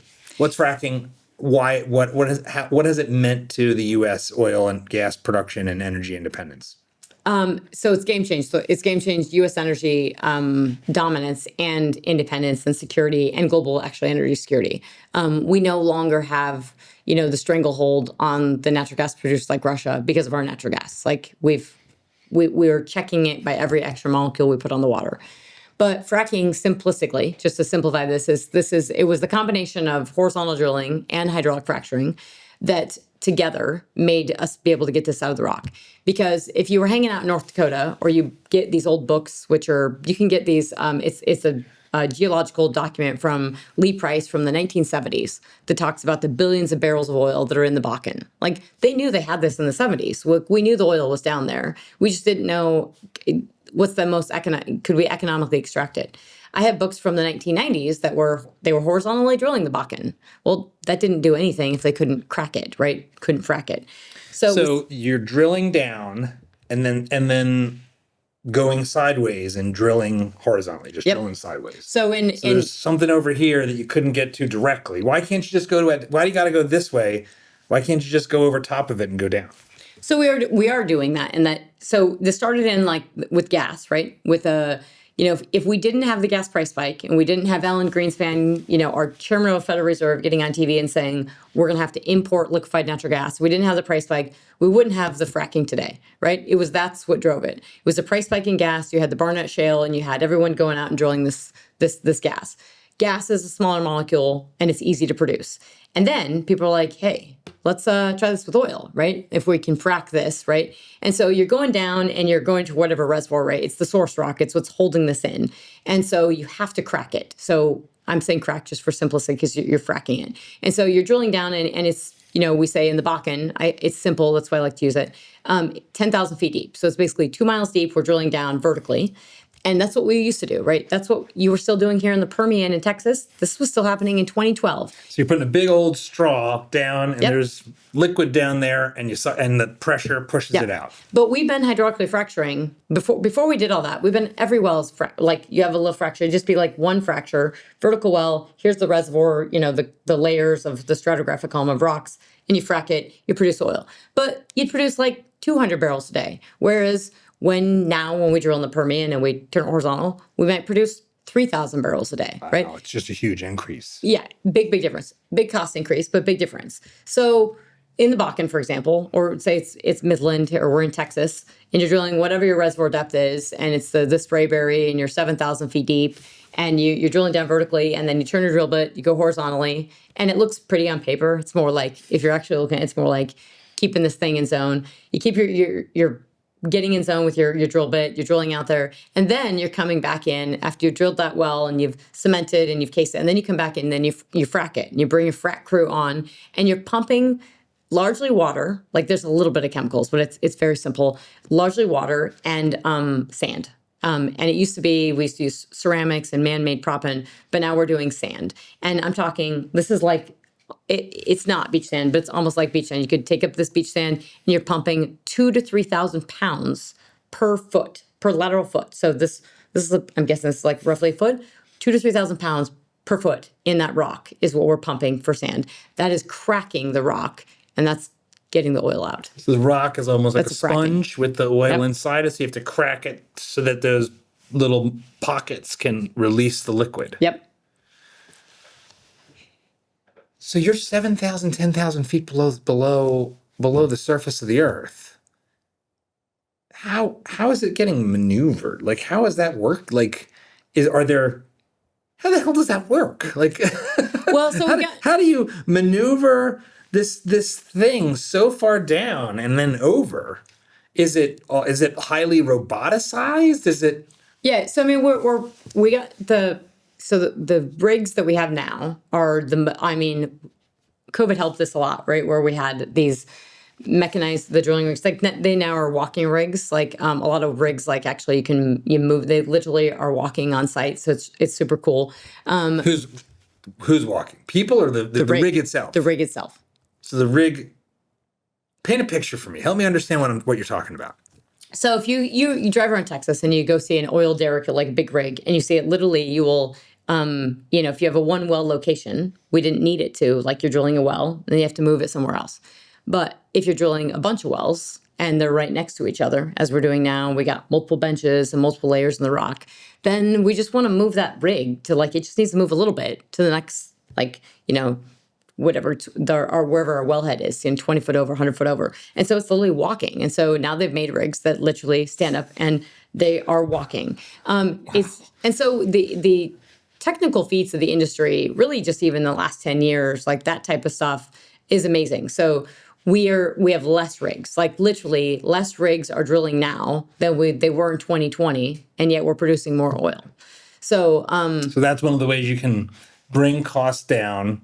So even at lower prices for all of us, it's still a profitable business, which it needs to be in order for it to keep happening. It does. You can't have a permanently unprofitable business. Nobody will make up losses in volume. Exactly. And so when you think about that efficiency, and I spend a lot of time thinking about this of okay, that rig count, but it's that you say that, okay, it's your depth, or you're getting to your formation depth, and then you're going horizontally. That piece too is that the horizontal length, think about here, right here, we're sitting here, say if we had a rig right here, would be going out 3 miles from going 2 miles deep and going out 3 miles from here. So thinking about 3 miles or even 4 miles, and sometimes 5 miles away, 2 miles into the ground, we're producing oil or gas from all the way over there. That is so incredible from a technological standpoint that we are doing that. And it's actually producing. And so it wasn't even, I tell the industry this a lot. Not even 5 years ago, if I had said we would be doing that, most people in the industry would have said, nah, we're going to struggle to get production from the end of that well. And we did it anyway, right? Because prices were low and because everything was pressuring, and they were like, okay, well, how much money can I save if I'm not drilling another well? If I just do a longer lateral, I'm saving all this. I have all these above ground efficiencies. I'm not permitting another well, all kinds of stuff. And so started working, right? And then you do it. And I would absolutely bet a lot of money that 5 years from now, if we sit down and have this conversation, maybe even 2 years from now, we will be producing more from the toe or that end of that well, that 5 miles out or 6 miles or whatever it's going to be, than we are today, because we will understand that rock better. We will just execute better on that frack. And so, you're thinking about this, what's actually happening underground. I'm always thinking about I'm in the ground and what does the rock look like? And we know so little, right? So the more we understand about that rock and what's actually happening and where we're getting the production, where it's coming from, just a little bit better of knowledge allows you to understand. If you understand that rock better, you can drill in your zone better, and which means I understand the rock better. I'm in zone, which means if I frack it, I'm better in zone, and so everything gets just a little bit better. And I think that incremental stuff, we saw that big changes in 2016 to 2018 when we had that lower prices, where companies took that time to spend time understanding the rock. And then 2020, they did the same thing. And so when they came out of 2020, they were just like, let's go. And they went off to the races. And I think you don't hear people talk about it, but I think we fundamentally underappreciate understanding the rock and getting more out of it. Some companies have gotten a little too automated and let's complete every well the same from the Bakken to the Permian. But I think, when you're willing to nerd out on the completion side and tinker with it a little bit, yeah, it's pretty awesome. How do we even know how much oil is on this planet? We hear these things, man, Trump is going haywire in the world. It's kind of crazy to watch. But, it was early this year that he executed this sort of extraction of Nicolas Maduro. January 3rd. Yep. And it's like, Happy New Year. We're doing this. Generally a good idea, I think. He would, the Biden administration, I think, issued a warrant for his arrest. This wasn't out of nowhere. No, everyone hated Maduro. Even illegitimate, stole the election, not just a thug. So you hear this thing said that Venezuela has the largest oil deposits in the world, maybe even up to 1 trillion barrels of oil. How do we know that? How do we know how much we have here? Where do these numbers from around the world come from? Is it geological scanning things that let us see into the ground, like ultrasound, something? Like, how do we know? Because it's like you're drilling down 10 miles, and then you're going in directions. How do you know what's there? It's not like you can send a camera down and know anything. No. And if you knew that perfectly, then you would never drill a dry hole, which, in the US, we haven't drilled, we typically don't drill dry holes anymore. But if you've been around the oil and gas industry long enough, you did drill dry holes. So those are estimates. And I would say, I'll caveat a lot of this of like, typically those reserves are estimates. And I call them, I think they're it's like, and I'm not on that Venezuela has a lot of oil. They absolutely do. So does Canada. So does the US. Like, we have more oil than we estimate. But it's economic estimates. And I used to tell people when I was in Bahrain, or I was in Saudi Arabia, or I was in Oxford, and this was like 2010s when oil's booming, and they would ask me, like, well, how much do you have? And I'm like, you know what people in the oil and gas industry in the US are not doing? They're not sitting around talking about how much oil is in the ground. They're drilling it, and they're just getting it out and making money. We are not concerned about that because our recovery factor in the US is so low because we're cracking this tight rock. What does that mean, recovery factor? It's the percentage of oil that we think we've recovered, right? We know there's more oil in that rock and that like sponge. And so we're fracking it, and we're getting less than 10% out. So if we were able to get more, we know there's more oil down there, right? High oil prices would help. Higher oil prices, say if you sustain at 90 or something, but lots of things, right? So they're estimates and usually based on economics. So it's not that I'm against, I think there's a lot of opportunity for Venezuela. Absolutely. They do have a lot of oil, but those estimates got thrown out. There was a lot of talk on like, oh, they have more oil than anyone in the world. Maybe, but like, this is thick, goopy oil. It's viscous. And I don't know intimately. I do know the Canadian oil sands very well. It's so incredible because it's like the Canadian oil sand. It's this thick, heavy crude. And so your extraction process is different than if you're obviously what we're doing here in the US. But it's oil and gas. So the optimism is real, right? And you can be optimistic on that. But in terms of when you hear these estimates, they're just estimates. And the oil and gas industry, the thing I often hear is that, and I get this question a lot from executives, is how much spare capacity do we have, right? How much more oil could, say, Saudi Arabia produce if they wanted to turn the taps on? And it's amazing because I was just looking up the latest figures. Like, as of December, Saudi Arabia was producing almost 12 million barrels a day and of crude and liquids, right? That's a lot of damn crude oil. They had ramped up oil production last year, and everybody says, oh, they don't have the spare capacity, they can't do it. And I'm thinking, they already were doing it. Like, you just were asleep and not looking at the numbers. And so they have, they don't frack oil. Like, I mean, maybe a little fracks, but like I say, when they stick a straw on the ground, they get oil out. Almost literally. Their break-even costs are under $10 a barrel to produce oil in Saudi Arabia, and very similarly in Russia in some cases. So it's very, very cheap. And so for us, we're talking about $65 oil, and are we making money? And so we have to work harder. We don't have as good of, reservoirs and everything, and it's easier over there. For Venezuela, you've got this thick, goopy oil. You're producing about 1 million barrels per day. I think at their height, they were producing around 3 million barrels per day. So then they nationalized it all, and then everybody that didn't want to live in a hellhole left, and now it's all a derelict mess, from what I understand. So that's why I say, when you get energy right, you get your economy right, you get everything right. But you have to have institutions and rule of law. And I would say, if the London School of Economics taught me anything, it is that it's like we spent a lot of institutions. You have to have the foundations that let this work. And that's why America, we can have crappier rock and we can do it better because we do have rule of law and we have institutions and we don't nationalize assets, and people have property rights and they can go do something and they can make a profit. If you can't do that, you can't get it right. And so the opportunity for Venezuela is if you get the contract structure right, this could be an amazing win for Venezuela and really an amazing win for Latin America. It would be huge. So I think the removal of Maduro, one of the many impressive feats. A lot of people, I'm actually a Trump supporter and like a lot of his policies, but I think we've actually seen, and we hear a lot of criticism of our military right now, but really from a military standpoint, the feats that this military has done is very impressive. I mean, that was such an effective seizure of Maduro. The Chinese were there, hours before with this big delegation. And I love that we just slapped him in the face and we're like, man, we'll just grab that guy. And can you we need to have like a button where the eagle sound happens in this conversation. America. So it's just kind of like, and no, we just like grabbed him, and we didn't mess with anything. We just like grabbed him and took him in. Like now he'll have a trial like a few years from now or something. Like so he's gone, and that was very effective, and that was a really nice check to Russia and Saudi, or to Russia, sorry, not Saudi Arabia, to Russia and China to say, okay, like you're in our backyard, we'll just show you that we can do that. So I think there was a multi-pronged thing, but from an oil standpoint, absolutely. They have a lot of reserves. I don't know if the numbers that are thrown out are ridiculous. The reserves are kind of like, it's like saying my house is worth X.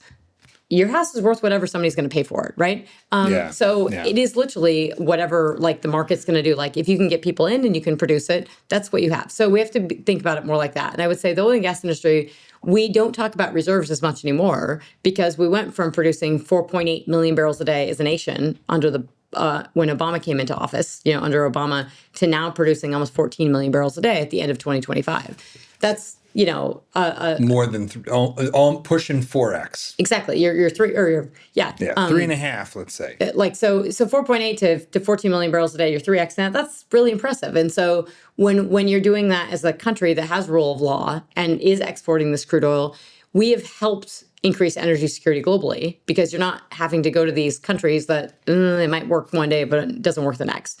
So when we think about the reserves in Saudi Arabia, yes, I think they have more spare capacity than we realize. If they want to increase output, they could. Back to our 100 million barrel a day figure, have we ever asked them to? This is why I always ask the oil and gas industry. They say, oh, could they produce that? And I thought the only time we ever did this was in 2020 when we were producing over 12 million barrels, or we were raising output, and Saudi Arabia went to 12 million barrels a day, and so did Russia to flood the market. And that's the only time it happened. But the global demand wasn't there, right? So the global demand has never said, hey, we need you all guys to be producing 12 million barrels a day, all of you. And it just hasn't been there. And so the other thing is you have to realize is that when oil prices are high, production comes with it. So the longer we have these oil prices up here, everybody and their dog is going to be producing oil. And you have every incentive to increase this output. So the Strait of Hormuz, I don't care if it's open for a week or 10 days or 3 weeks, every moment that it's opened, everybody's rushing to get their product out there because they need that revenue. And so you will get the stuff coming out. And the same incentive for how we worked around the Strait of Hormuz is that I think that that analyst that I'm blinking on the equity firm or whatever, the sent an analyst out there a few weeks ago and said that there were 15 ships moving a day versus a couple. And I thought, okay, well, 15 ships moving a day means there's more crude flowing. But what happened was actually the pipeline, the east-west pipeline that Saudi Arabia has, wasn't full, right? It was running 2.5 million barrels a day. And then the Strait of Hormuz closes and they're like, hey, we're going to fill that puppy up. And now it's running 7 million barrels a day. And so that's what the oil and gas industry does is they obviously have to have the pipeline to make this work, but they move around obstacles much, much quicker than people think. I want to shift gears and talk about geopolitics and I want to start with this term that gets thrown around a lot in, I'll say YouTubers, Bitcoiners, sort of like pop commentary, and that is the petrodollar. What is the petrodollar? You're an energy economist, London School of Economics. You know this stuff. What is the petrodollar? So I mean, you could probably have a couple interpretations of this, but mostly it was referred to not for the United States, but now we do kind of have a petrodollar. It was really thought about as like Saudi Arabia or nations with this production or Canada, right? And oil is priced in dollars. So in U.S. dollars. Priced in U.S. dollars. Now we really do have a petrodollar, right? Because we're the largest oil producer in the world and largest oil consumer in the world. So you used to have an inverse correlation where, oil prices and the dollar were inversely correlated. That doesn't work perfectly now anymore. It doesn't always, that you can look at it and it doesn't necessarily make sense. But I think a lot of people think about it as also think about like Dutch disease, where when they're thinking about, if you let your economy be overly dependent on one thing like oil, and then you don't invest in the rest of your economy, then you have a problem. Yeah. And as actually U.S. oil, we were growing output, you had people talking about that, right? Like we're gonna have in the U.S. Yeah, I mean it wasn't widespread by any means, but certainly a giant economy. It could triple in size and it wouldn't Right. over dominate other stuff. Right. And it's if you don't invest in other things, it doesn't work. But when you have this is kind of impressive for the U.S. because we really do actually now have a petrodollar where, I mean, in some senses, because we have this robust economy, we are a developed nation. We have this, we're the leaders in tech and AI. I mean, you see this in Austin, and we're the largest oil and gas producer. It's a really just amazing feat of, from a manufacturing standpoint of what we've done. And then you think about but Canada also, that's they are producing almost 7 million barrels a day from the oil sands from Alberta. And 7 million a day in Canada. How has that changed from, you go back to the Obama years and the U.S. is only at 4.8 versus 14 pushing 15. Where was Canada at that point? Do you know off the top of your head? Off the top of my head, no, they're probably 5, and they incrementally rise. And that's because the oil sands are super awesome because, unlike U.S. shale where we can go up and down, we can put a rig on, and 6 months later, we're going to have oil in the system. In Canada, when you're drilling oil sands, it's more capital intensive, right? Because there's 2 ways to do it. It's you're trying to get this thick, goopy stuff out of the ground. And so you have to, it's called in situ, where you basically put 2 pipes into the ground. It looks like a horizontal drilling operation. And so one of those, you're going down vertically and then horizontally. And one of those is you're heating it, right? You're heating the scoop up and then you're flowing it with the other one. And so wow. That's expensive. And so you have to invest up that. But you don't have the decline curve like we do in our wells, where our wells come on strong and then they decline. So you start to pull, the pressure goes down as you pull more of the stuff out of the ground. Yeah, this stuff in situ, or they call it steam-assisted it's SAGD, is steam-assisted gravity drainage is I think what it stands for. And so you're heating the stuff up, you're getting the goop out, and you're getting it out. And so you don't have that decline curve, so you're actually increasing output. And so we can expect now with high oil prices, they've got all the incentive to keep increasing output. And they just kind of have a trajectory like this.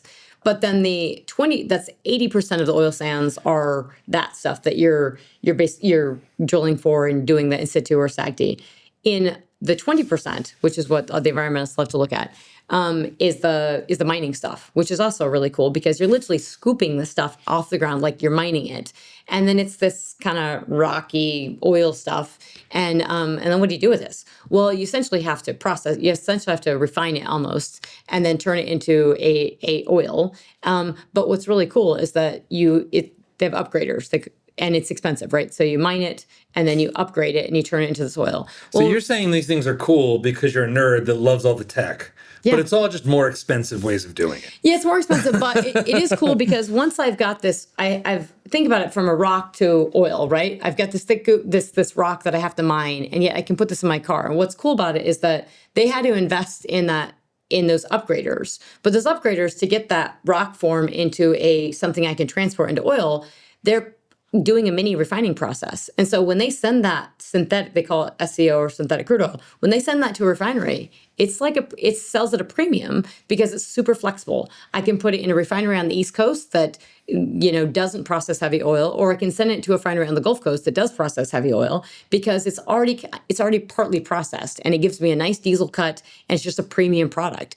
And so that part is really cool, and we don't appreciate the flexibility of that. And so yeah, it's a little more expensive, but in times like right now, gosh, that's a money-making machine. When we spoke just over the phone a couple weeks ago, and then I was trying to do my own research for the video, I didn't realize how much, in a way, oil is almost like cuts of meat, that there's all these different products. Mm-hmm. It's depending on what region it comes from and whether it's high sulfur and sour or low sulfur and more sweet. And so just talk about that real briefly, the different flavors, literally, and why it might be the case that we've all got oil, but some of it's better for some things and some of it's easier to refine in certain places. Right. So there's it's like this global commodity that we think of as one thing, but there's more diversity of the product and more complexity of where and how to get the jet fuel, the gasoline, the kerosene, the all the stuff, yep, all the different things. Yeah, and that's why it probably gets a little to your geopolitical thing that you can fold in, is that So you can have nations that have the crude oil, but they don't have and they produce it, but they don't have the refining capacity. And you can have nations that don't have any crude oil production, but they have refining capacity, like China, or has less crude oil production, lots of refining capacity. No matter how you spin it, you kind of want to have one or the other, if not both. And we have both, thank goodness. So you're hearing about it now on TV because this myopic focus on oil of like, oh, it's the wrong type of crude oil and it doesn't go into this refinery. A refinery, as we talked about on the phone, is like I have a barrel of crude oil. I literally put it in a distillation column. I heat it up. So I'm simplifying this. And I'm getting out different cuts of product. So I'm getting out jet fuel and kerosene. I'm getting out diesel and I'm getting out gasoline. And every barrel of oil, I get a cut of a certain product. Now, certain types of oil give me a higher diesel cut, distillate cut, or a higher gasoline cut. Why? Why is it different? And that's based on literally the geology and like, Just like the chemical composition of it? Geologically speaking, it's the depositional environment, how the rocks were formed, how long the oil cooked. And, like in the, our oil is light and sweet because it's been down there. We're getting at it from the source rock and it's been cooked a long time. It's been cooked so much that in certain areas it's turned to gas. And in some areas where the gas is gone, it's overcooked and the gas is already gone. So like in places like the Eagle Ford in southern Texas, which is just so cool, when you're looking at it geologically, it's going from, you have every flavor. You have all the API gravities, all the different types of crude oil you can think of, because it's geologically, it gets deeper and more thermally mature through the rock. And so you get a heavier oil and then lighter oils and condensates, and then you get into gas and then like gas with liquids, and then you get into dry gas. And so you have everything in there, which is all based upon the geology and the depositional environment and what happened with the rocks and how long they cooked.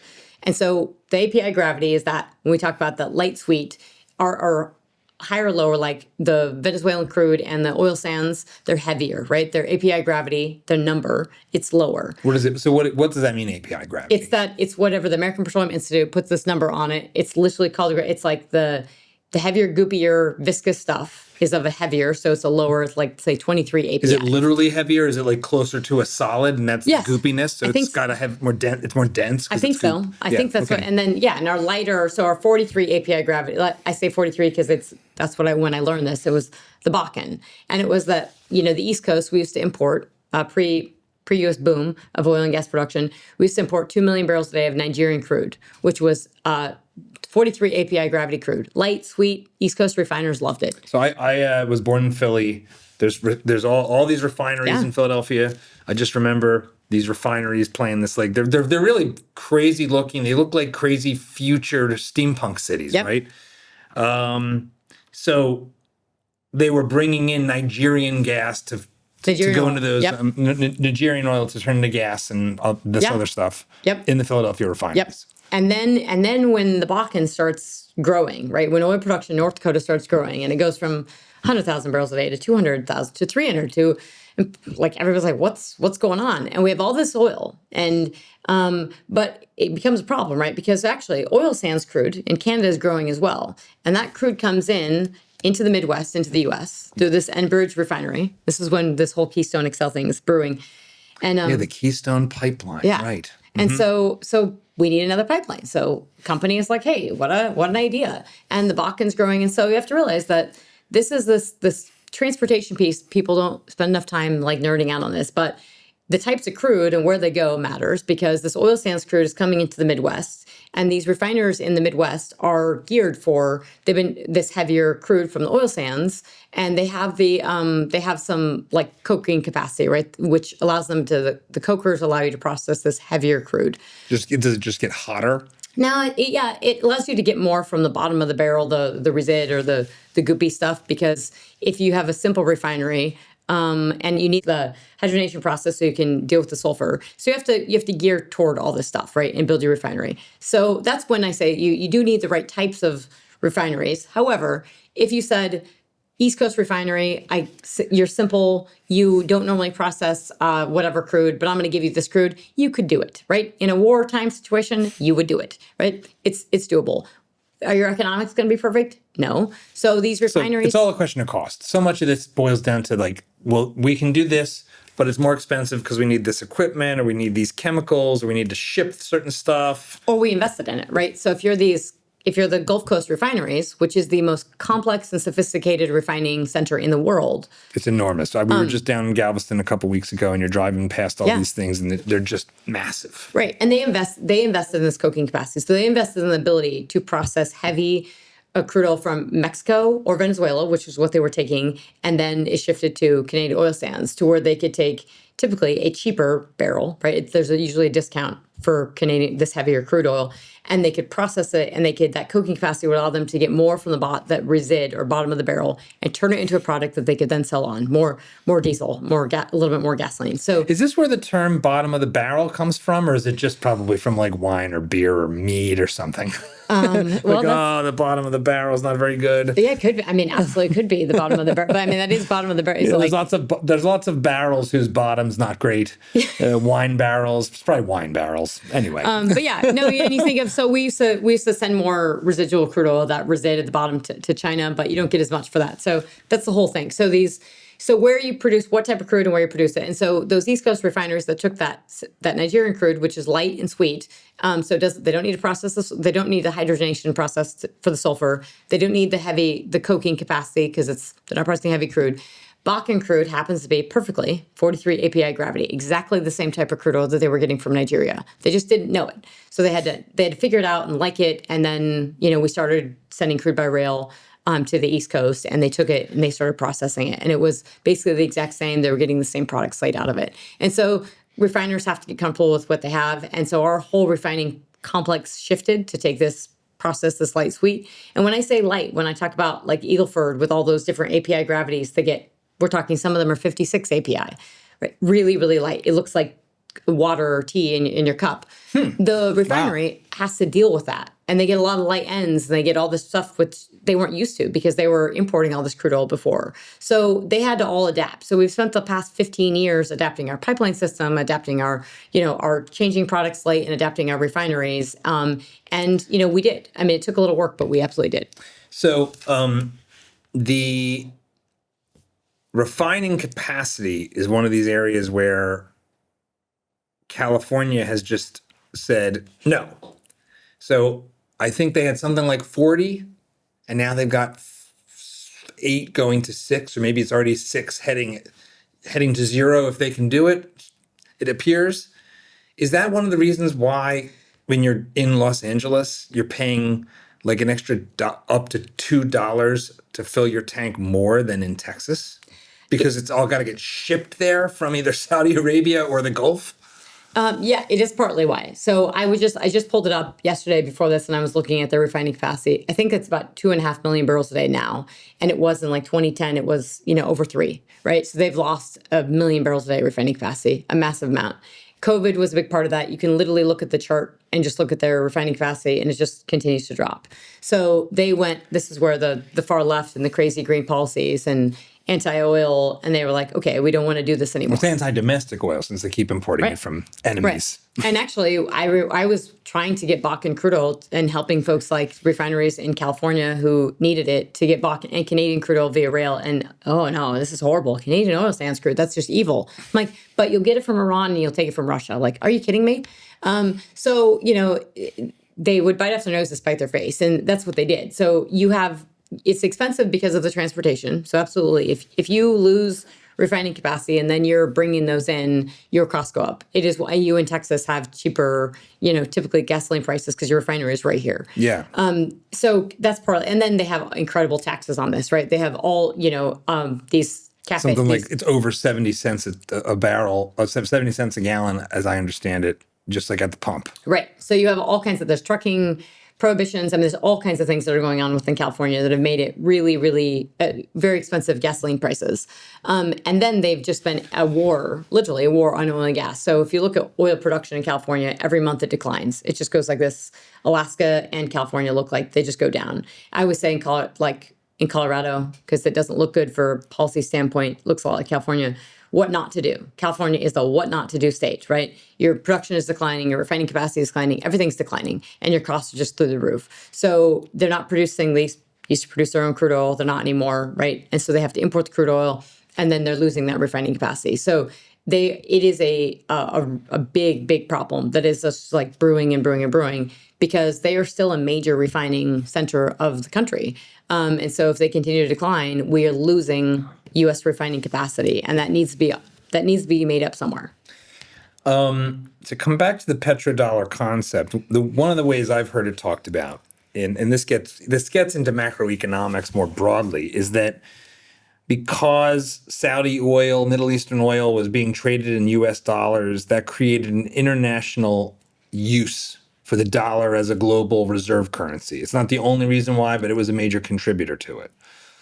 And if the dollar ceases to be what, or if oil is traded in, that would be bad for the U.S., at least in terms of its ability to be a profligate debt issuer, because there's a correlation between our ability to issue unlimited amounts of treasury bonds and the fact that they get paid out in dollars, and so people have to want dollars if they're going to take treasury bonds, because it's like, well, what do you get in exchange when the treasury bond matures? You get dollars, which is just a different form of paper printed by our federal government. How do you understand how important that role of the U.S. dollar is, that role of trading oil in dollars is for the macroeconomic picture? And maybe this is out past your macro purview or not. No, it's a good question. So it's hugely important in that, like, that's why I say before, when you were asking about it, in terms of how we think about it, it depends on which angle, which track you're taking. So you can chart WTI and the 10-year yield, the treasury yield, and there's an interesting correlation. Depends on where you're at. So this is the West Texas West Texas Intermediate. Yeah, so when you say Brent, I look more at WTI, because that's the West Texas Intermediate is what we're all banking on here, what we're getting paid. So like landman in Texas, he's looking at WTI. Yeah. He doesn't care about that Brent thing that they're talking about on CNBC. He wants to see, what am I going to sell this for coming out of my pump here in Texas? Yeah. Okay. Or his local premium price, which is based off WTI. So you're absolutely right that when the importance of oil being priced in dollars is hugely important, because it's something that China would love, and China does, right? They try to increasingly trade with Saudi Arabia, and they want to exchange that in Chinese currency, in the renminbi, right, in their local currency, as opposed to doing less from the dollar. So they want de-dollarization, and they want increasing renminbi. It's not happening, but some barrels are, right? So in that 100 million barrels a day that we're talking about, roughly, that's important, because if I've got 5 to 10 million barrels a day that's now not actually trading in U.S. dollars, then I probably have to reassess a little bit that 100 million barrels a day, right? Then it's 90 million barrels a day. And so there's something to that, right? To think about, if this increases over time, we have to be thinking about, what does that do to prices, right? That's real. But is that because exchange rates would start to play a larger role? I think it's more because it's who has the power, right? We did post World War II. I mean, you described that well. The petrodollar, like post World War II, everything's in dollars, right? So we trade and we balance everything. Actually, it ends up in dollars.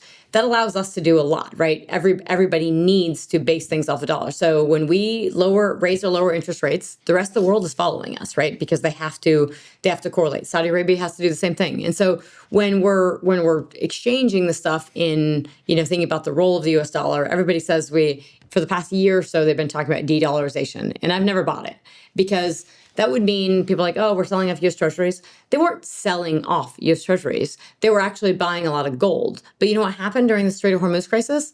I think the dollar value went up, didn't it? Dollar value absolutely went up. The way I like to put this is, we're the world's tallest pygmy. So everybody's in a ton of debt. Everybody's spending more than they make. I'm using everybody as in every country is running deficits that it can't technically pay for.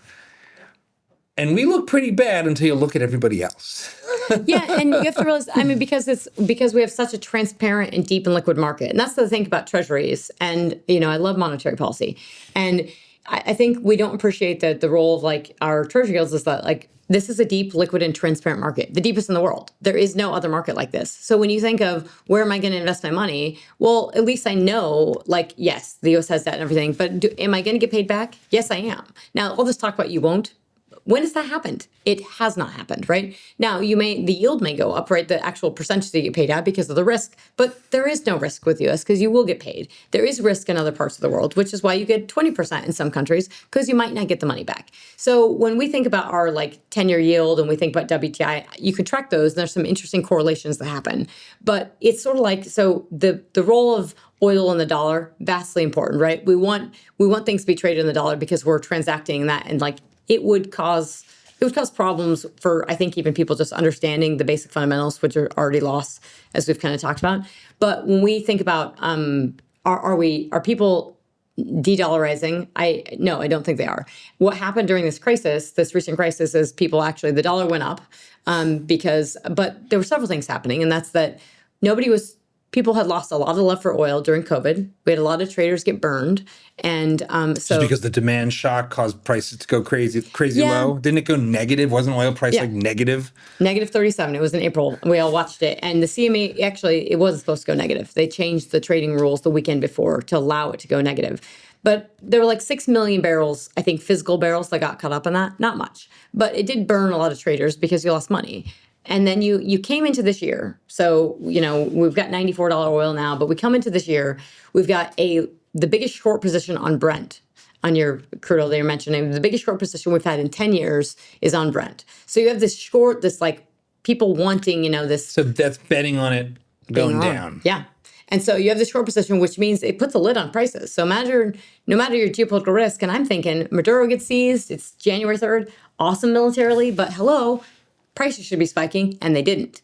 And so you have this lid on oil prices. And so what this does is that, we're not trading a lot of oil. And so that allows a lot of money. People are trying to chase yield. All this money goes into gold. It goes like crazy. And then these governments are spending so much money on gold. And then all of a sudden that stops fast. Literally February 28th, they stop buying gold. Gold prices go down. It's because they don't have the money. They all have to spend it on oil now. And so you only have so much liquidity. That's governments. But actually in the trading system, you actually only have so much liquidity as well. So if I'm trading oil, I'm probably not trading as much gold. And if gold prices are way up, I'm probably not trading as much oil. So we kind of lose this love, gold prices were telling us we had geopolitical risk.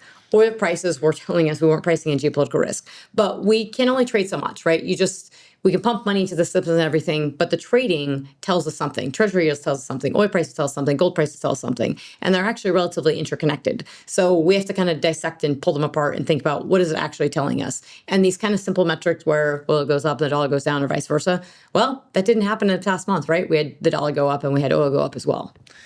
Yeah, it's I hadn't ever thought about the fact that if we are the largest oil producer in the world and the issuer of dollars, that's the real petrodollar. That's the real petrodollar. I've never heard anyone talk about that. It's always the Chinese are doing a deal with Saudi Arabia, and now that's going to mean the end of the global dollar standard. It's usually Bitcoiners, who I broadly like, because I like Bitcoin. Yeah. I don't have much Bitcoin, but I like it conceptually, even if the AIs are about to destroy it. Bitcoin's great, but what's even better than Bitcoin? Actual commodities that can do something. But nobody talks about that. Nobody talks about the fact that if we're the dominant energy producer, that underpins our currency. It becomes almost it's not exactly a commodity standard in the sense that under the classical gold standard, you could turn in your dollars for gold. Right. But it is a engine of demand, of economic predictability. They've got a lot of oil. They're not going to go bust. Actually, your gold standard, even in the gold standard, you couldn't actually do that. You never had a real gold standard, but in theory you did, right? And so actually, I think that if you were really thinking about the U.S. as where you want to park your money. I think if you listen to the stock market enough, you'll have enough analysts that even if they want to rip on the U.S., they still come back to that, right? You do want to park your money in the U.S., in equities and treasuries and everything, because they don't come back to that perfectly with oil. And it's something the oil industry needs to talk about more. What they do. We need to talk to the industry. I want to hear CEOs, and they absolutely lost it during COVID, right? When Biden came into office and this war on oil and gas, CEOs kowtowed and they started talking about ESG and how much net zero they were doing, and I'm adding renewables, and it drove me nuts. And then they want to know why they're not on a long-only BP, Beyond Petroleum. And now they're oil and gas. They have a nice little, and they're oil and gas and renewables and everything because they've shifted. Shell has shifted. All these guys have shifted.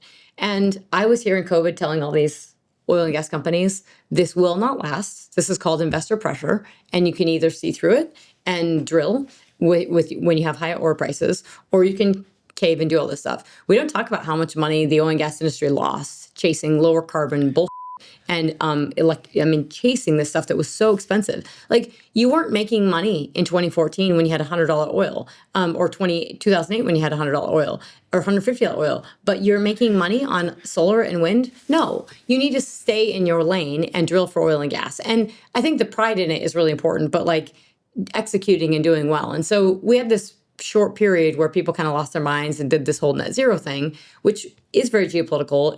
That was the International Energy Agency that said, we're going to do this net zero push. Everyone's going to go, we're not going to demand oil anymore.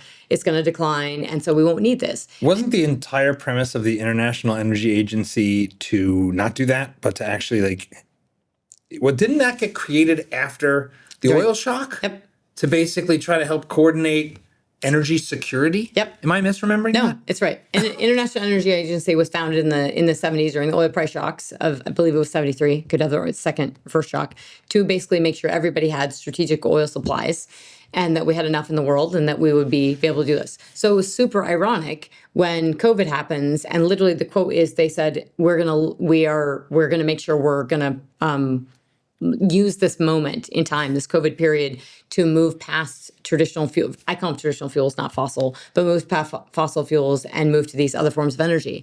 And nobody was like, well, this is crazy and this doesn't make sense.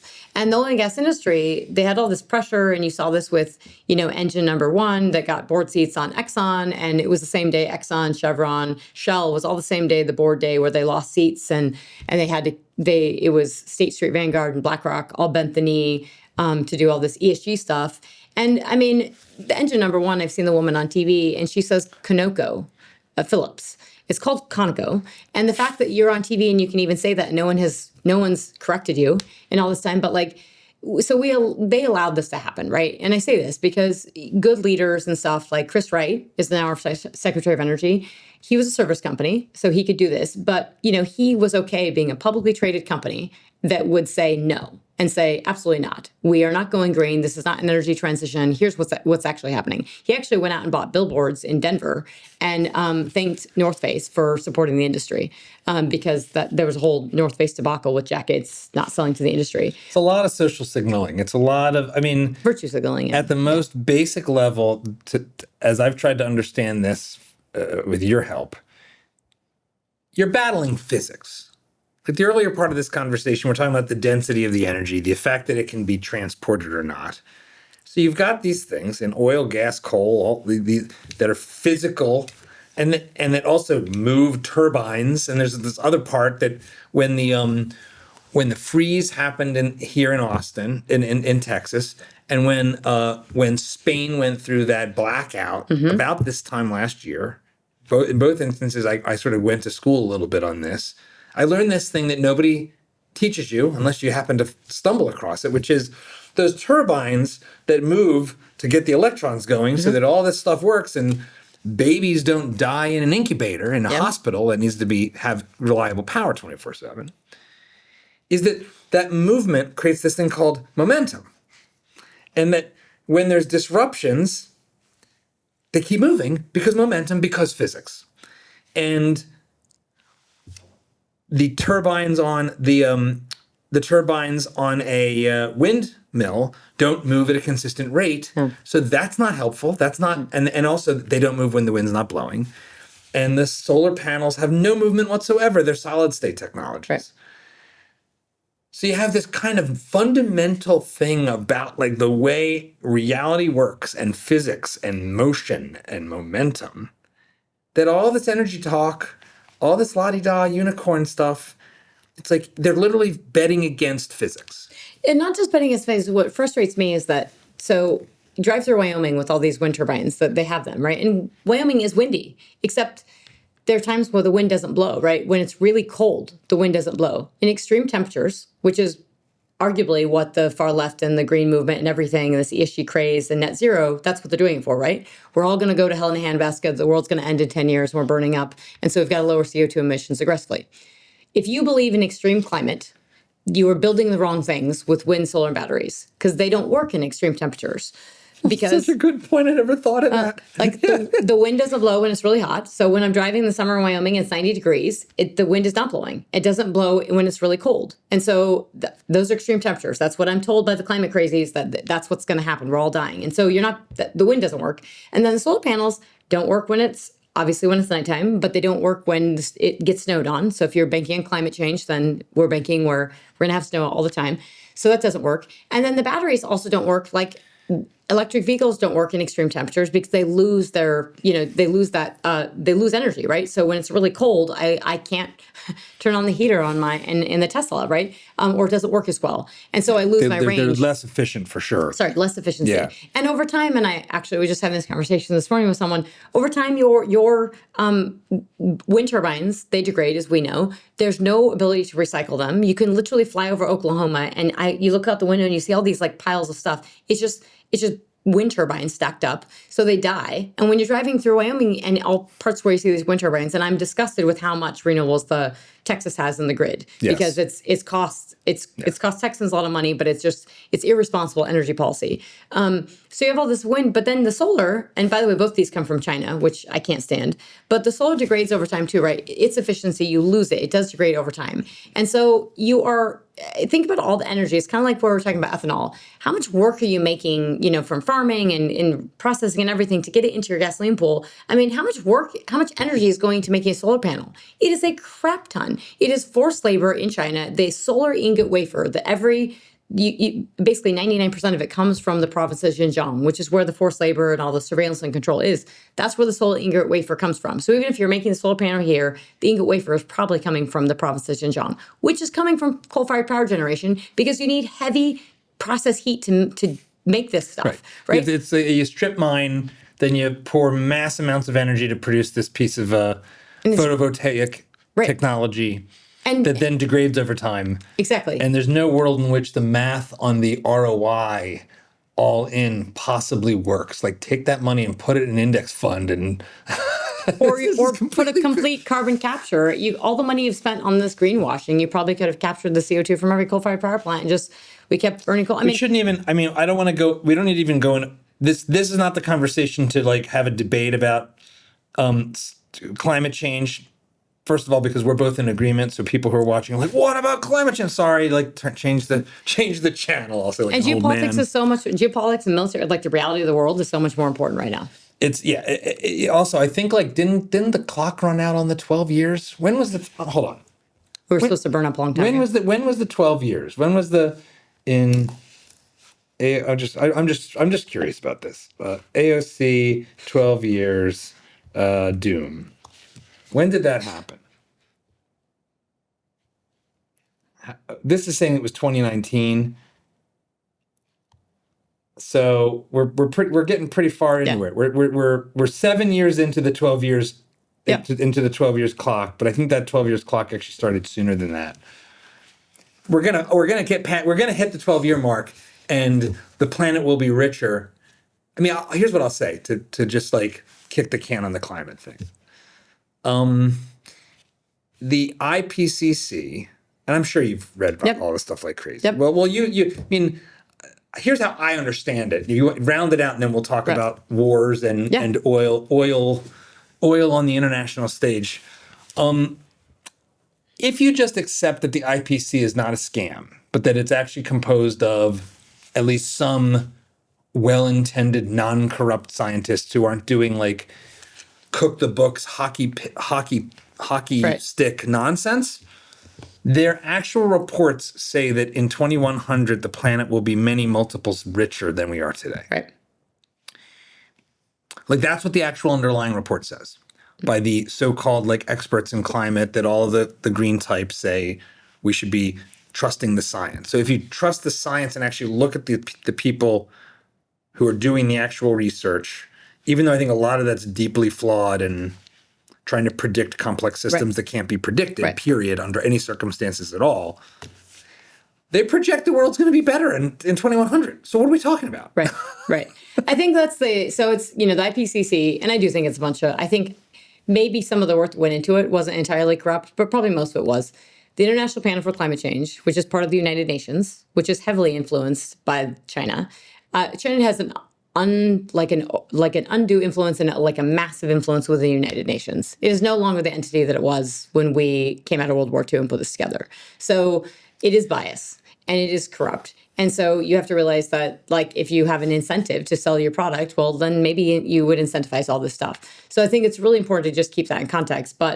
And you said earlier that they have a bunch of coal but no oil and natural gas. So China has very little incentive to have this product be promoted. Well, we can talk about that a little bit in this geopolitical of like how much they have and what they're actually doing. But when we're thinking about, just to round off the reason I have a fundamental problem with that, and now people like pretending that the net zero thing didn't happen. And it's like, well, how much money you made investments on this, right? And that really frustrates me. That was people's good, hardworking dollars, invested into this stuff. And for companies, if, I'm invested in X company that produced oil and gas, but they went crazy on some net zero stuff to pander to their investors, as opposed to just standing up to them and saying, no, this is stupid. Here's what we're going to do. I think they would have ruled the day, but they didn't have the initiative and the gumption to stand up for themselves. And so that frustrates me. And the oil and gas industry needed to do a better job and needs to remember that for when the next battle comes around. But that net zero thing all comes from the IPCC. So it all comes from this panel on climate change and this, we're burning up in 10 years or whatever. And so actually, when you look at those figures from the IPCC, what I don't like is the hyperbole so if you read the documents, you see where the ranges are massive, right? Yeah. So even if you actually... The error band is huge. So it could be total devastation or everything is like perfectly wonderful. And it's like, well, then how is this? What is this? Is this science? What are we talking about More importantly is that if you do everything to the net zero 2050, if you do all of that, you are not guaranteed to fix the supposed problem. So for me, it's like you're going to tank your economies. You're going to go from 100 million barrels a day oil demand to 75 million barrels a day demand by 2030. So with a handful of years, you're going to take 25% of oil demand off. And then you're not even guaranteed you're going to fix the damn problem that you think we have. Holy moly, that's the problem with the error band that I have, is that it's economic devastation. And that's what's happening in Europe, is that they are committed to that. And the only country in the world that's tied themselves legally bound is the UK to net zero. And so they are, it's asinine. This is ridiculous, but they're losing not just economic growth, but their capacity to power their nations, their capacity to turn their lights on, their capacity to make ammunition. And obviously we've seen that literally in this war where partly the UK says we don't believe in this, but it's also partly is they have no capacity to actually help us. Yeah, the Israelis have more jets than the UK, I think. Yes. It's like, okay, so a country with like 10 million people has more fighter jets than the United Kingdom, the former empire of the world. That is just so insane. One other economic thing that's domestic that's a talking point by people that hate oil and gas is that it's heavily subsidized. Now, I don't really understand where this is coming from, considering that isn't like oil at the pump at least just like one of the most heavily taxed products in our society? Like, where is there any truth in the claim that the oil and gas industry gets billions of dollars in subsidies? No, it's not. So the subsidies, and actually I grew up around this because we'd have these debates at the kitchen table, or the coffee table or whatever it is. But it's not subsidized. You get tax credits, right? So there are incentives, and we need to be thinking more, if you want oil and gas to be producing now, and oil producers are nervous about, okay, well, I got $95 oil today, but if I'm going to have 60 next year, I can't, if I pull forward those rigs, am I going to lose money later? Well, tax credits are a great way to you drill that and I'll give you an incentive. You can deduct more. So it's more like deductions. It's literally just you and I. We have deductions. If you wanna give me a tax break, you're not subsidizing me, but you might be. So there's not money getting cut. There's not taxpayer dollars being. It's because the farm bill. We literally roll up buckets of cash that was taxed from all of us to give to Iowa corn farmers. Right. So no, we don't get those. The oil and gas industry, and I would say this just as simplistic as possible, is that it is not subsidies. That's what you hear from Secretary Granholm under the Biden administration. That's what you hear from the Biden administration is these subsidies. We've never had, and I said this a lot during that term, but we've never had an administration that was this anti-domestic oil and gas. And that was unbelievable because you would have Biden getting on TV when he could put words together, and he would get on TV and he would say, well, and State of the Union, well, oil and gas, well, we might need it 10 years from now. I'm like, might need oil and gas 10 years from now? Or he'd say, he would call up Exxon and say, you need to be giving that money back to those, those consumers. And I'm thinking, you have no idea how this works, do you? Like that, he sent letters to Exxon and Chevron saying that they need to be giving, that they need to be cutting out the profits, right? And stop screwing over the consumer from the refinery. Because of his inflationary oil prices? Because he had high oil prices with the war in Ukraine, and that apparently Exxon and Chevron, because they have refineries, that they were gouging the consumer somehow. So they got all these letters. Well, let's linger on this for a minute. The public certainly feels this way when prices go up, especially when news hits and you come outside and your local 7-Eleven suddenly has higher price today than yesterday, and you're thinking, isn't that the same gas in the tank? Yeah. Did they really empty the tank and have to buy it at a higher price? They're gouging me. Yeah. So what's going on there? Help me understand this. I'm sure there's at least some amount at a small scale where there's people trying to take advantage of news. I think so. Right? I mean, there's this gas station in Washington, D.C. that when you come in, it's this like intersection, and it's always ridiculously high because they know that folks are coming in there, right? So I always want to so there's definitely got to be some of that. I haven't interviewed all these convenience stores to find out, but typically, and it does seem quicker, right? It does seem quicker in which your price is getting higher than from when they purchased it. But timing is everything, right? And so, if they think they can go away with it, or maybe legally if they can, that's what's happening. But if we're quicker at turning the stuff around, and they don't have as much storage, they bought the refined product, it's run out. So if you have less, or people are what they did in Asia, or what we did in the oil price or the oil shocks in the 70s, people went and lined up at the gas station and filled up their vehicles, and we had a perceived shortage.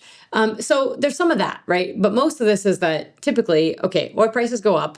The refiner has to purchase the oil from the producer. He's paying the refiner X is paying a higher price, and then he's selling that to the gasoline station, the convenience store, and they're buying that product. And so those go up. We call them crack spreads. It's the spread on a barrel of oil versus the refined product. Mm-hmm. Those were showing us, we were starting to see pressure before this war in Ukraine, right? We were starting to see some pressure on that to begin with. And so people weren't What do you mean by pressure? Where we were seeing higher diesel prices in certain parts of the world, right? Okay. Where things were not making sense, right? And people weren't really paying attention to this, where we had this gold ripping and some crack spreads going up, and yet oil prices were $65 a barrel. So you had some of that. And I think that's where we kind of have to level set, and there's some messiness. But overall, you are seeing I don't think most people are gouging. I would say I'm very uncomfortable with airlines right now. It really makes me angry to see how quickly your airline costs went up. When we just went through the numbers, it's 2 million barrels a day, okay? So the airlines, by the way, they should be doing their homework as well.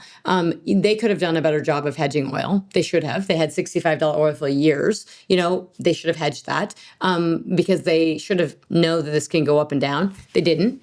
And then you've got the CEO of United, Scott Kirby, getting on TV and saying, it won't necessarily happen, but we're planning for $175 oil through 2027.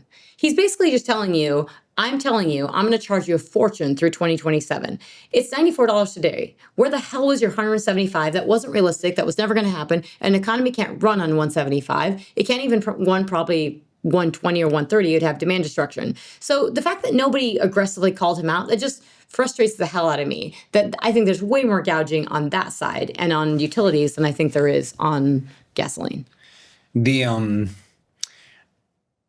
Exxon, Chevron, Shell, these large companies, I guess they do the whole process. These the big guys, right? Yep. Help me understand the big names. I mean, Exxon is, I think, the descendant of Standard Oil, if I'm remembering correctly. Yeah, so you have I know Standard Oil got broke.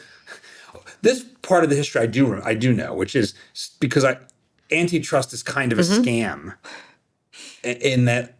So there's an antitrust joke, and that is, there's three guys in prison, and they're just talking to each other, trying to figure out what are they in for. So the first guy says, "Hey, what are you in for?" And the guy says, "Well, I was charging more than my competitors, and I got hit with price gouging. So that's what I'm in for. How about you? It's like, oh, interesting. I was charging less than my competitors, and I got hit with price dumping. And then the third guy says, are you kidding me? I was charging the exact same as everybody else, and I got hit with collusion. There's like this crazy thing when you look at the history of antitrust, that it's all just a political scam. That even going all the way back to Standard Oil. Standard Oil's prices were lower than everybody else, and they were even losing market share when that famous antitrust case broke them up. But that's my little. I always have to go on a little bit of a rant. No, that's good. I think historically speaking, when you're looking simplistically again about the industry goes, they like to tie up and they like to break away when things, depending on where the economics are. And so there's always, we go through ebbs and waves of, okay, well, you produce the oil, you process that, you have transportation, maybe you have pipelines, and you also have pipelines and distribution, and then you also have refining, right? So like Exxon has the production. Full vertical integration. Exactly. And so over time, right, you might sell this off, and companies like this idea and they sell it off. There was a rethink of this, obviously, when oil production was happening in 2010, when oil production starts rising in the U.S. as we're growing this.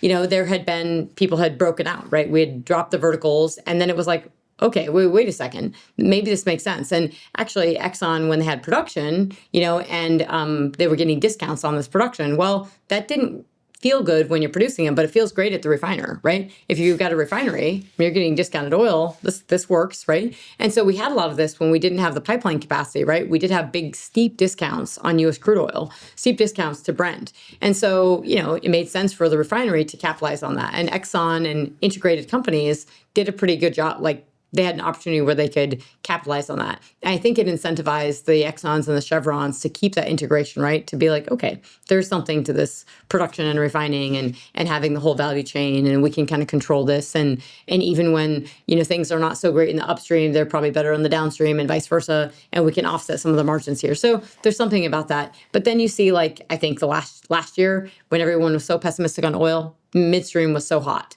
And the midstream, I'm saying, like the pipeline sector. Well, that's amazing, because to me, that's your long-term bullish thesis for oil, right? Everybody's buying midstream because it's kind of like the AI trade of like, we know we're going to need energy. So we know even if oil prices are bad, we're still going to have to move it. So so you had premiums for midstream. And to me, it's more, you just don't have enough, you don't have enough of this like holistic kind of understanding of energy that really permeates this kind of the investment arena when they're actually talking about oil and gas. And instead of like, TV at night, it's like, well, 20% of this goes to the Strait of Hormuz. 20% of what? Give me the numbers. Like, tell me what's actually happening. And they can't do that because they don't actually know. The prices go down, right? So one of the most sort of common things we'll hear from the political class and from sort of populists is that when prices go up, we're getting gouged, and it's greed. But that gets forgotten when the prices go down. Mm-hmm. Why is that? Why do you think that is? As an economist, as someone that traces this industry gets hit especially hard by that. I can't think of hardly any other industry where when prices go high, you have a broad talk of something called a windfall profits tax. But in oil and gas, this has happened repeatedly when there's like, end up, it doesn't look like that's going to happen, but let's imagine we somehow end up in some really high sustained oil prices. And so the company's costs didn't change very much and they're printing money. Right. You'll have people talking about windfall profits taxes. Yep. And they did big time in like 2008, right? Yeah, I remember Elizabeth Warren. Oh, yeah. Particularly. Yep.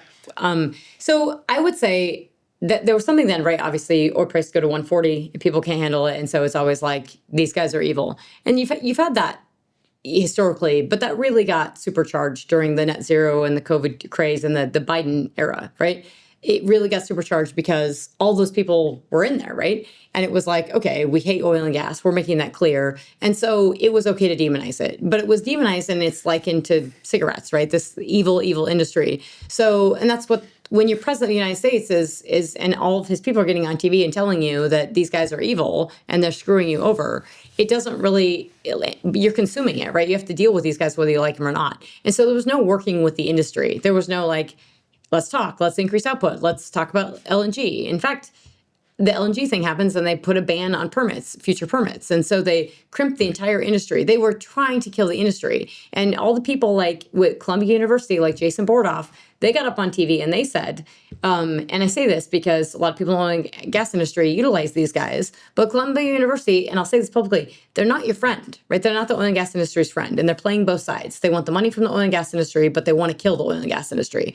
And so they come out and say, okay, net zero, we're playing this game and everything, and they talk about the peak emissions and everything. But the problem is that the end game is that they're explaining it away of saying, okay, the LNG permit, banning those, it doesn't actually do anything, right? It's a future thing. Well, it does though, because it tells the whole market, we're no longer going to be here you can't rely on us for your future natural gas imports. So why do it? If it was nothing, if you're excusing it away, what's the purpose in doing it? And I think that's where you just have to be honest about like what we're doing as an industry. This administration is very, very clear. They made it clear to the entire world. We're not even going to participate in the climate meetings that everyone did before. We're actually not going to go because they're not fruitful. And we are going to be the LNG powerhouse of the world. And we're going to continue advancing our oil and gas production. And the rest of the Western world, you can do what you're going to do. We're going to do what we're going to do. And we're going to be an advanced industrialized nation with the largest oil and gas production in the world. To some extent, it's just the nature of things that people get uncomfortable when prices go up on stuff, even though that's just economics, and it's actually like you want prices and profits to go up on something that you need because it incentivizes more of it to happen. It's like you understand why it feels immoral that the local Home Depot in the middle of Hurricane Katrina is selling its last. It wouldn't actually be Home Depot. The local small mom and pop has one more generator, and you see they scratched out $500 and put $1,500, and it's supply and demand. But it just feels like immoral. And I think we're sort of stuck with this sort of the difference between human intuition and sort of human moral intuition about what's proportional, and the realities of like the price system and the information that prices unleash, and the fact that you kind of need the price to go up so that other people come in and say, ooh, there's an opportunity for me to supply more of this thing you want. I just think that in the last 10 years, it's become a little bit different. Just to square the circles, that if you didn't have the demonization of oil and gas and the lack of coverage and the hatred of oil and gas, you wouldn't have nearly as much like, oh, prices are going up and now we're getting gouged. No, this is the market, right? And so if you had more people in the market and more participants explaining this, it's a little bit different, right? It's like anything else. And yeah, people aren't going to be happy because prices are increasing at the pump. They don't get any love when prices go down, obviously, and negative prices, but they did get used to it. And so we got very used to kind of $65 oil and lower gasoline prices, and now gasoline prices are up. And we were coming off this really high inflation levels, right? And so this one thing that, again, Trump had was like, we're keeping our prices low, and that's going to help like headline inflation. That's what people feel. And so then it's easy when prices go up, then you can say, oh, those bad guys. Well, but if you get 10 years of demonizing oil and gas and everything and saying, oh, it's pretty easy to say, oh, those bad guys. So I think it's market intelligence, like more intel, more coverage, more understanding of how this stuff works. And we have just given up, like everyone's kind of given up on this in the last 10 years. And so this thing that we use all the time that we consume that is, 400 billion cubic feet per day of natural gas that's rising, people don't know that. They're not paying attention to it. Well, and then it bites when they don't have it. At least now we've got Taylor Sheridan producing hit shows about all this stuff that are actually pretty good and seem like they aren't filled with hate for the industry that they set at this as the stage, like Landman on Paramount, Billy Bob Thornton. So President Trump comes in, drill baby drill, kill Biden inflation, and then he proceeds to launch the war in Iran, the war against Iran, the decapitation of Iran. Which I have all kinds of like, it's the weirdest thing for me because I can make the argument for why this is all horrible. Unintended consequences, undeclared war, you're just killing people and you're spending billions of American dollars on this country that didn't pose as much of a threat. We've heard for 30 years they're going to have a nuke in the next 10 minutes. They still don't. Is this all just a bunch of nonsense? So I can make that argument. Except that they've also been killing Americans for 47 years. And they're like a heinous theocratic regime. in a very geopolitically important place, basically oppressing a 2,500-year-old civilization, one of the oldest civilizations on planet Earth. And I'm just happy he wiped all those bad guys out. It's like sort of like, I'm like Neanderthal. I'm like, yeah, but you know what? They're bad guys, and I'm glad he killed them all. So that doesn't directly have to do with oil, but of course it does, because all we've been talking about for the past several weeks is the closure of the Strait of Hormuz. So why is that important? I think a lot of people at this point have gotten at least some primer on that. It's been reopened as we sit here for now, as of today, or something. Or we're told it's been reopened. I don't know if it's been reopened. I'm not over there. I have no idea what's going on. So notice most people on TV telling you that they do. Yeah. So how do you think about the war in Iran, given you're obviously now you're working with the administration, so you've got all your biases. We share most of our political biases, but how do you understand what's going on and why? So I'm honest with the folks I work with. I mean, I'm consulting for Department of Energy. I've worked with other government entities, and frankly other governments. And I know I have my biases, right? But I spend a lot of time with the data and a lot of time formulating my opinions and analysis. And what's the point in having somebody come talk to you if they're not going to give you at least their opinion? You don't have to agree with me to at least have a strong debate. So Iran, I long thought we were way too low for oil prices end of last year, beginning of this year, because of that massive pessimism. Like there was just no geopolitical risk premium. And Iran was producing almost 5 million barrels a day of crude and liquids coming into this war. And I'm like, that's a lot of oil production. And what killed me was that we have this effective, and I say this because great, awesome military operation on seizing Maduro, cool, in, out, done, let's lift out oil production in Venezuela, awesome. But oil prices sold off. I disagreed with that. And then that same day, it was Saturday. And I, big fan of Trump, but I don't have a lot of weekends to myself anymore because all this stuff happens on the weekends and then I'm busy. His most crazy tweets/truth posts seem to happen on the weekends. This past Easter, it was like, oh.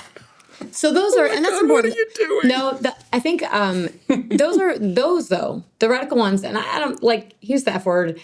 That was for Iran. That was not for us, right? That was not for the American people. That was to you. And that's hey, I'm going to take you back to the Stone Ages, or you come to the table. Guess what? I don't call it a taco trade. I call it, they came to the table and now we have this kind of medium piece. So that tweet was for, or the truth social was for them. But so we come into this, we've got, on January 3rd, when he sees Maduro, we did that.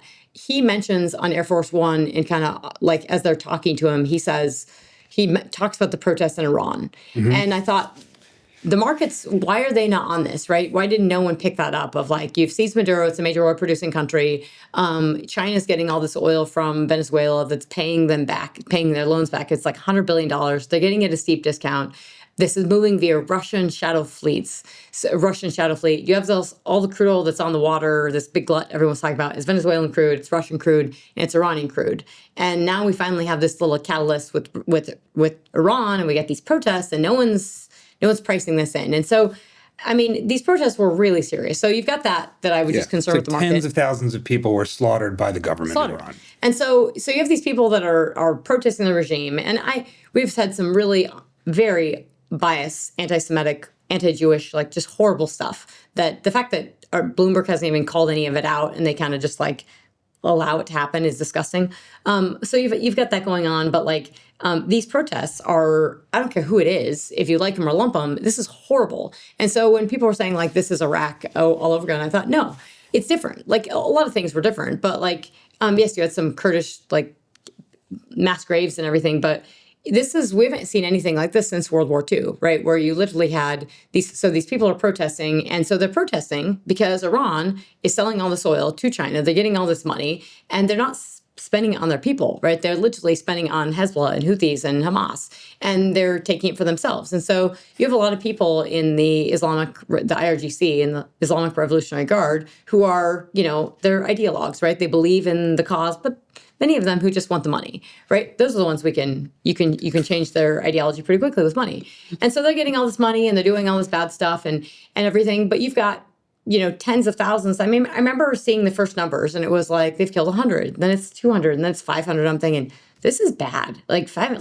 you're executing, because we know that Iran stones people to death. You're gay, you're stoned to death. Like, this is a country that we've known publicly stone people to death in 2026. Now in 2026, people are protesting because inflation's so high because they can't get jobs. And these are young men. This isn't women in headscarves, that was also horrible.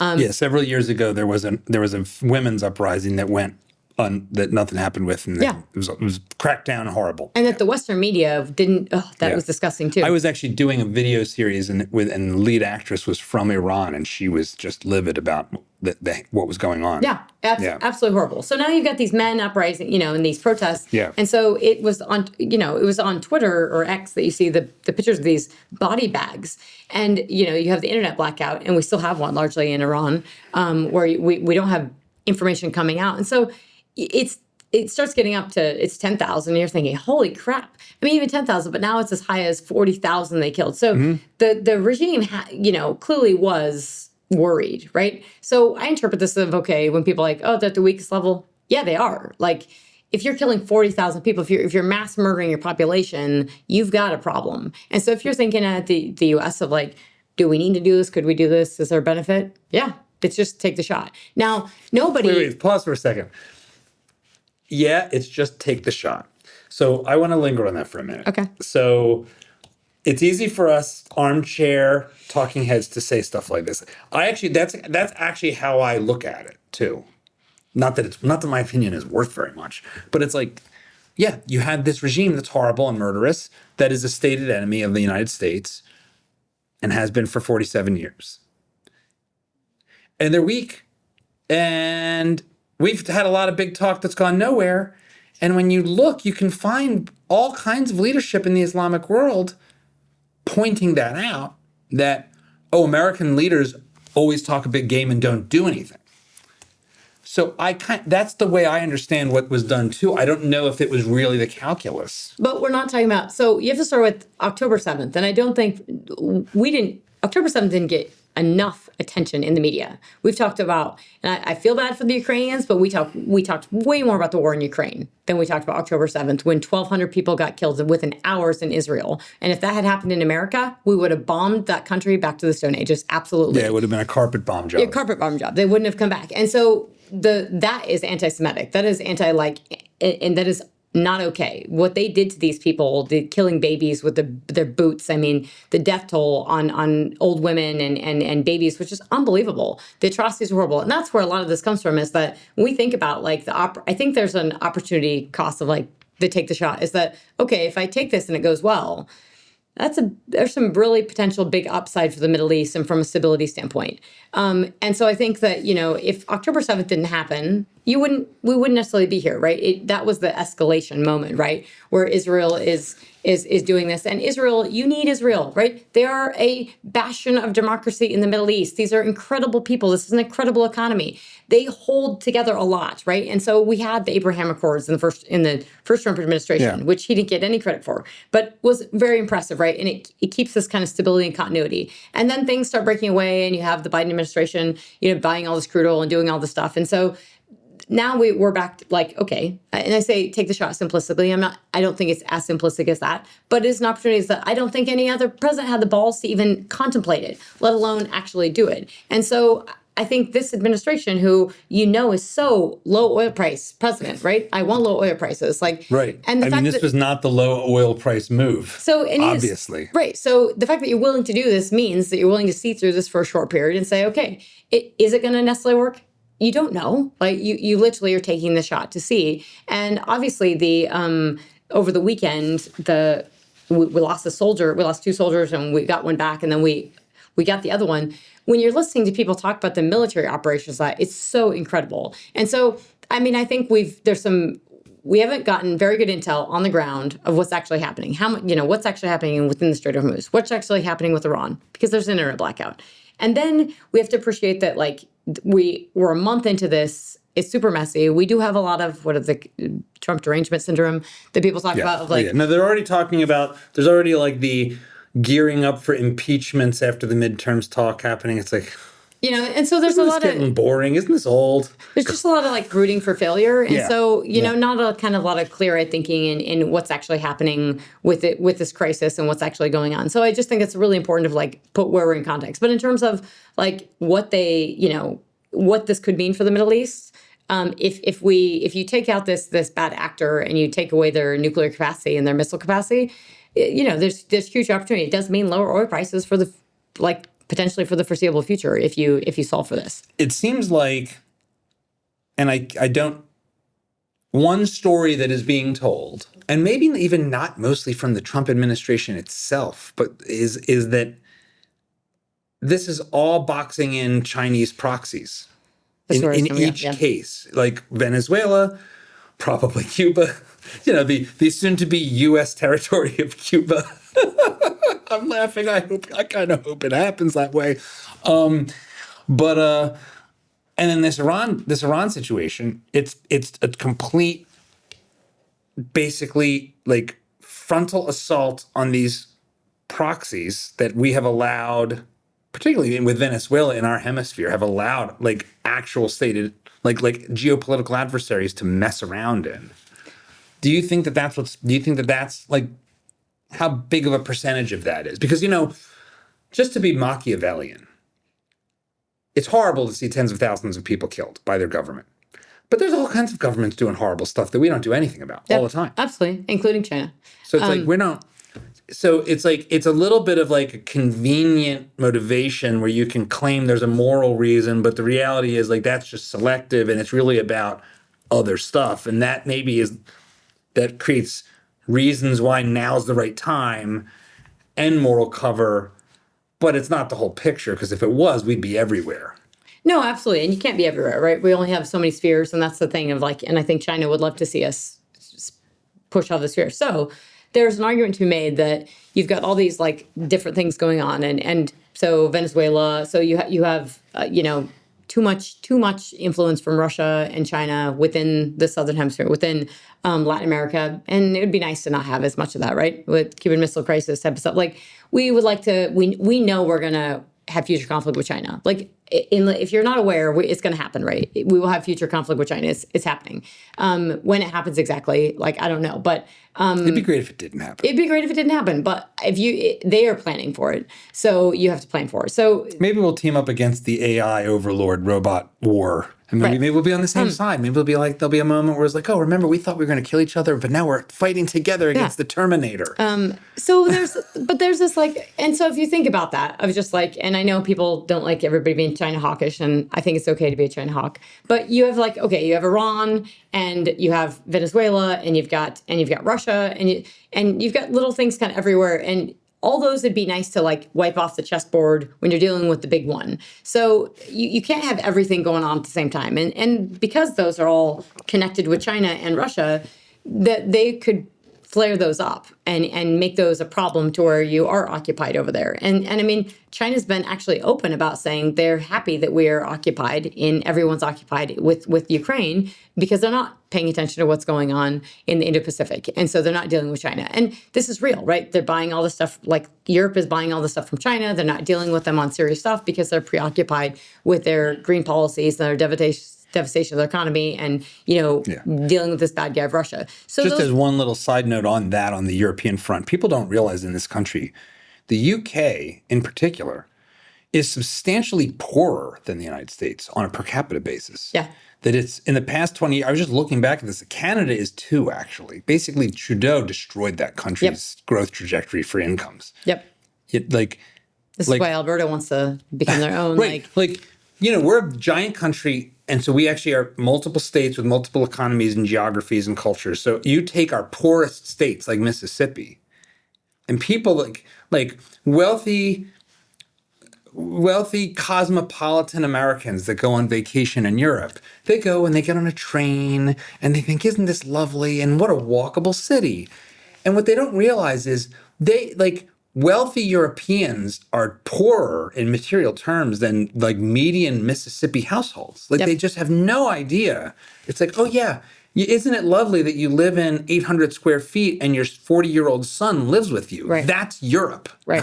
No, it's the, there's no kind of achievement, right? There's no kind of growth trajectory, and it's really sad. And so they've succumbed to that, right? And they've kind of accepted it. And a lot of it has been accepted in the name of green policies, and we have to do this, and this is what we're doing. Yeah. But I would say the other piece is Israel is our ally. I don't know why people won't admit, they absolutely are. And so we don't, the Saudis. Well, they're the only one that actually has military capacity and is willing to come alongside us and do stuff. Well, and a lot of it's our tech and our military, but at least they are a democracy in the Middle East. That doesn't exist anywhere else. That it's not in Saudi Arabia. It's not in Bahrain. It's not. I mean, we got a lesson in a little showcasing of what happens when we actually have conflict. Europe does not have our back at all. We can't even use our bases. When you war game, you absolutely use Diego Garcia, and apparently we can't. And then isn't that kind of against NATO? Isn't that the whole NATO? You're a NATO ally. Isn't that the whole thing? I thought that was the NATO thing. And then I don't know. What do I know? I think that how Iran reacted, the fact that they're but Iran is doing this and they're fighting for their survival. No, Iran's presence, literally the name of all these proxy associations, and from the river to the sea, they have made it very clear they would like Israel not to exist. So that is what Israel's doing. And I think when I say, again, take the shot, it's okay, here's an opportunity. Let's see if we can do something. But the fact that we saw how they reacted, right? So they're killing tens of thousands of their own people. And then when we attack them, they don't just attack us. They attack everyone. They're so-called friends and neighbors and allies. And that should tell you, these are how this is how, I'd say bad guys, I don't even like the term. This is how this awfulness of how they react. It's asymmetric, but it's nasty and awful. And it's and you just sit there, and it's kind of amazing because, it's Steve Kotkin. He's a Russian expert, and he talks about this. And he always says in war, appetite grows in the eating. So that he's a Russian expert, but when he talks about China, he says, you have to be careful because it's okay, I want Taiwan, but he always says appetite grows in the eating. And it's obviously Hitler and Germany and everything. But when it comes to comes to the reality of how these people act, of this is real. This is actually what's happening. And so he likens it to in Europe when, Poland and all these countries are well, I don't want to make Russia angry. And he's they just attacked your grid, and they'll all get pulled into the war. How? Them attacking your grid? Because that's what they just did. So every time Russia has done something to Europe in the past 4 years, they have done nothing. They went into their airspace. They've had to shut down airports because of all the drones. And the European reaction has been nothing. They do absolutely nothing. Maybe shoot down the drone. So you are telling Russia, just keep doing it. And so because they don't want to get involved in the war, they don't do anything. And what we've seen with all these Middle Eastern countries is they don't want to get involved and they don't want to escalate. What the hell would you be escalating? They're already attacking your airport and your desalination fields. So it's kind of crazy how we let this, it shows, if we didn't already know the true colors of Iran, we absolutely know them now. One of the most interesting things about the reactions is that, you've got this Sunni Shia thing between Iran as a Shia regime, and then the rest of the Gulf, the Arab states, because Saudi, Qatar, UAE, I'm forgetting somebody. They're all Sunni majority, and it seems like the Sunni states, the Gulf states, at least their leadership, are interested in doing business. Now, I know most of the hijackers, 9/11 were from Saudi Arabia, and there's Wahhabism. There's all these ideological things. Yeah. But the actual Sunni states, one version of this that I've been paying attention to, at least on Twitter, which is probably warping my brain, is seeing these leaders in these Sunni countries talking about how essentially the places like the UK have more radicalism popping off from their Muslim populations than in Qatar type places, because they're no, you can't tolerate any of that. Yep. So the limp Europeans will tolerate being invaded by radicalism. But these countries are actually look like the post-Abraham Accords. There was actually, it was Saudi Arabia might join the Abraham Accords and be in normalized relations with Israel. Yeah. So I guess, like, do you think we might see a complete, like, an actual resolution to this, the worst of this Middle East, seemingly intractable Middle East stuff?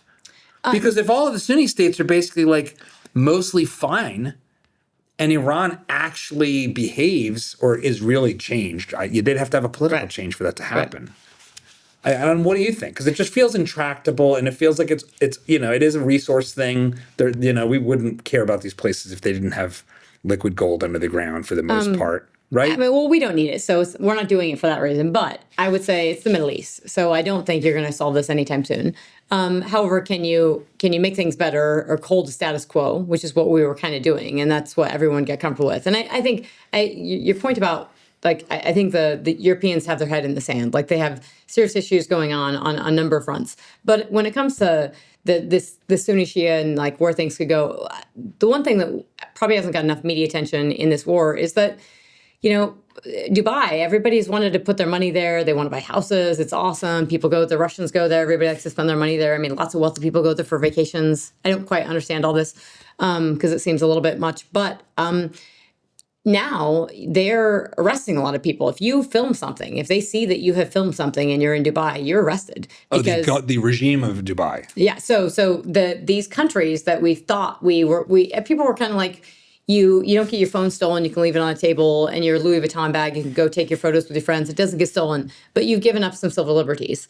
Now you've given up it's like if you accidentally take a picture of something, and so they're arresting people. And so we're not talking about, and this is where it's so frustrating to listen to like the Middle East Open at 10 o'clock at night, and they're in the Middle East on Bloomberg, and they're not, I'm like, you criticize the U.S. for everything. You criticize the Trump administration for everything. So let's throw it out, like criticize China and criticize the Middle East for what's going on. And they haven't drawn enough attention to this, that the civil liberties are being taken away. Now, I get it's wartime and everything, but there should just be kind of some honesty of, does that get rolled back? Probably not. When these countries like take control, they take control. So I think we might have some problems there of realizing like what kind of safe havens are these. And there's some kind of what you're explaining of like, how these countries break out and they want business. Absolutely. Like UAE, Saudi Arabia, they want to be open for business. They want to do stuff. But at the same time, they're basically oil companies. Right. They're basically oil companies. But, I mean, when you look back at the history and you look at the original, like these early 70s and 50s and 60s, it's like Saudi Arabia is just a desert. Like it had no natural resources of any kind. They had to import everything, including people. Well, up until I was there in 2017, and it's still a desert. The Riyadh is nice. I mean, but like they still had, and I'm sure they still do, is your water, to get water. They don't have pipelines that are flowing water. They have a tank on top of your roof, and just it's gravity that flows it, and somebody fills up your tank, a truck fills up your tank of water at night on top of your roof. This is Saudi Arabia. It's still a desert. I think, and I'm not discrediting, like, I mean, all these profound changes and everything, but these countries are, they also have done, we're over a month into this war. We have this temporary ceasefire. These countries have lost the most. Where are they? Where are they in saying, so Bahrain has wanted to, and so is the UAE apparently wanted to get involved. They need to actually do it, right? You need to, this has drawn a line in the sand to say, Iran is not your friend. And when they want to screw you over, they will. And so I think this is a recognition for the Middle East, that a wake-up call of like, this is the actor that you're dealing with. And so, that's we're going to have to deal with that going forward. So unless there is a fundamental change that gets quelled, like they're going to have this. So these guys are going to want the Strait of Hormuz to be completely open, and they're going to absolutely want, this will probably have increased their desire to have an Iran with no nukes and no missiles. As we wrap up, I think one thing that we've sort of taken for granted, both of us in the conversation, is we're just being realists. We're making a couple of assumptions that are reality-based, which is to say, you need energy to have civilization. Civilization is good.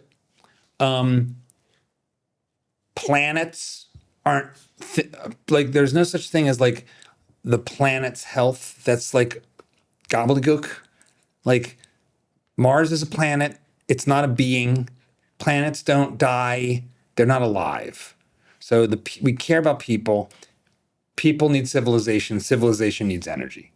And wealthy countries also take care of the environment and animals and biodiversity and all the rest of it. So it all works out if you've got affordable, reliable energy. And even in talking about the Middle East, we've had a realism-based conversation, which is like, well, is it? It's just realpolitik. It's not ideals mostly. Is that how you look at things? Is that fundamentally the way you understand, like, what's the right and wrong thing to do? How to judge whether a move is good or not is just like reality-based trade-offs? Because we live in a world where there's a lot of like utopian ideology on all fronts, and we didn't have a utopian conversation today. No, and I don't live in the utopian world. I live in the real world, and I have to feel the economy just like everyone else. I feel the higher gas prices and the higher plane prices and everything, but I can still separate myself, say, like, could this be like what's happening around the world and holistically? And there's a lot of moving parts. And so you can live in your little narrow bubble, which is what many people, and no offense to that, like, but you don't have the capacity to study all this stuff. And this is what I do for a living. And so I'm super blessed to do that. I'm exceptionally busy doing that because there's a lot going on, but it gives me an opportunity to like see things and look at them a little bit differently. And so when people are bringing the climate alarmism and doing all the net zero stuff, I can say, okay, you can do that. And there's a lot of people that say, but that matters to them. And I say, okay, but the long-term war or the long-term conflict with China also matters to them too. And they're not focusing on that, but somebody has to. And so it's kind of like, actually, I'm not a huge fan of Henry Kissinger, but I've went through some of his memoirs and stuff. And it's very impressive that, when he talks about Vietnam, they obviously inherited the Vietnam War and they had to deal with it. And he basically explains it really articulately of like, hey, this is bad and no one wants this and we have to get out. But in order to get out, we have to like increase troops. And he explains this in his memoirs of how hard it is to explain to the people, how hard it is to win this debate. And I think it's like he basically explains we have to do what's good, what's right for everyone, even though they disagree that this is right for them. And I thought, in many cases, like you do have to be studying, and I'm not saying that they didn't necessarily did a perfect job of this, but in many cases, you have to be looking beyond that utopia to the real world and dealing with that. And so there's a lot of moving parts. And I would just say that like, I do fundamentally believe energy is absolutely everything. We have nothing without energy. And so when you're studying economics and energy and economies and everything, like if you don't have it, you've got nothing. And if we want to be the country that we've been and the society we've been, and we want to maintain that, we want more of it, right? Not less. And so we need to think about all the things that are going to increase it. We didn't talk about, the peak oil or peak shale, which maybe we can table for another day. But I mean, it's just obviously because we're focused on this kind of realistic topic of like, the fact that we didn't even talk about that is kind of important in that it's not is it an issue? Are we running out? No one's been talking about that at $95 oil is the US running out of oil? That's what they were talking about a year ago. And that was kind of influenced by, hey, the US is running out of oil, and that's kind of a convenient narrative for everyone to kind of fold into. And now we got to rely on OPEC. And now, the Strait of Hormuz closed, and everybody is all of a sudden looking at the US again. So this is like, these are real world things. And yes, I guess I do live in the real world. I asked this of every guest the first time. The show's called Dad Saves America because I think that as a man, for sure, I think that's a role we play that ladders up to the health of the country. You start in the family, your community, and your country. And so that's how Dad can save America archetypally. Mm-hmm. How do you think about your role in the American story? Oh, wow. You didn't prep me with that question going into this. I didn't think it was food for thought. So I love what I do. Absolutely love it. Like I'm super fortunate that I work a lot, but I love what I do. I'm very passionate about it. And I really do believe in getting information out there. You can make better decisions when you have more information. On the dad point, I don't have kids, but I'm super close to my family, and they are 100% my priority. My parents and my nieces. I just had them for Easter. My sister came for Easter, my nieces, and so very, very close. So that's number one. It is absolutely family. But role is in this world, in this country, and how I can help I have a company called PetroNerds. I love oil and gas. I'm third generation, but I also love coal, and I absolutely want more education. I want more energy, and I want realistic conversations about this stuff. I want being a China hawk to be okay, not like China's horrible and oh my gosh, and just the stuff that you see here in Washington, but real like why? Why is China bad? Like, why do we actually have to think about what does energy mean for them, and how do we think about this? So it's absolutely providing intelligence and helping people make better decisions, and being okay with I am extremely opinionated, I'm extremely passionate, but I own it and I have the data behind it, and so I'm okay to take the flack. I'm okay for people to push back, but if I don't think enough people. And I criticize the industry, and I love the oil and gas industry. I just think leaders should be leaders. And so if you are going to produce oil and gas, be proud of it. Stand up there and be proud of it because your employees are. Yeah. Trisha Curtis, thanks for being on Dad Saves America. This was a lot of fun. Yeah, it was great. Thank you.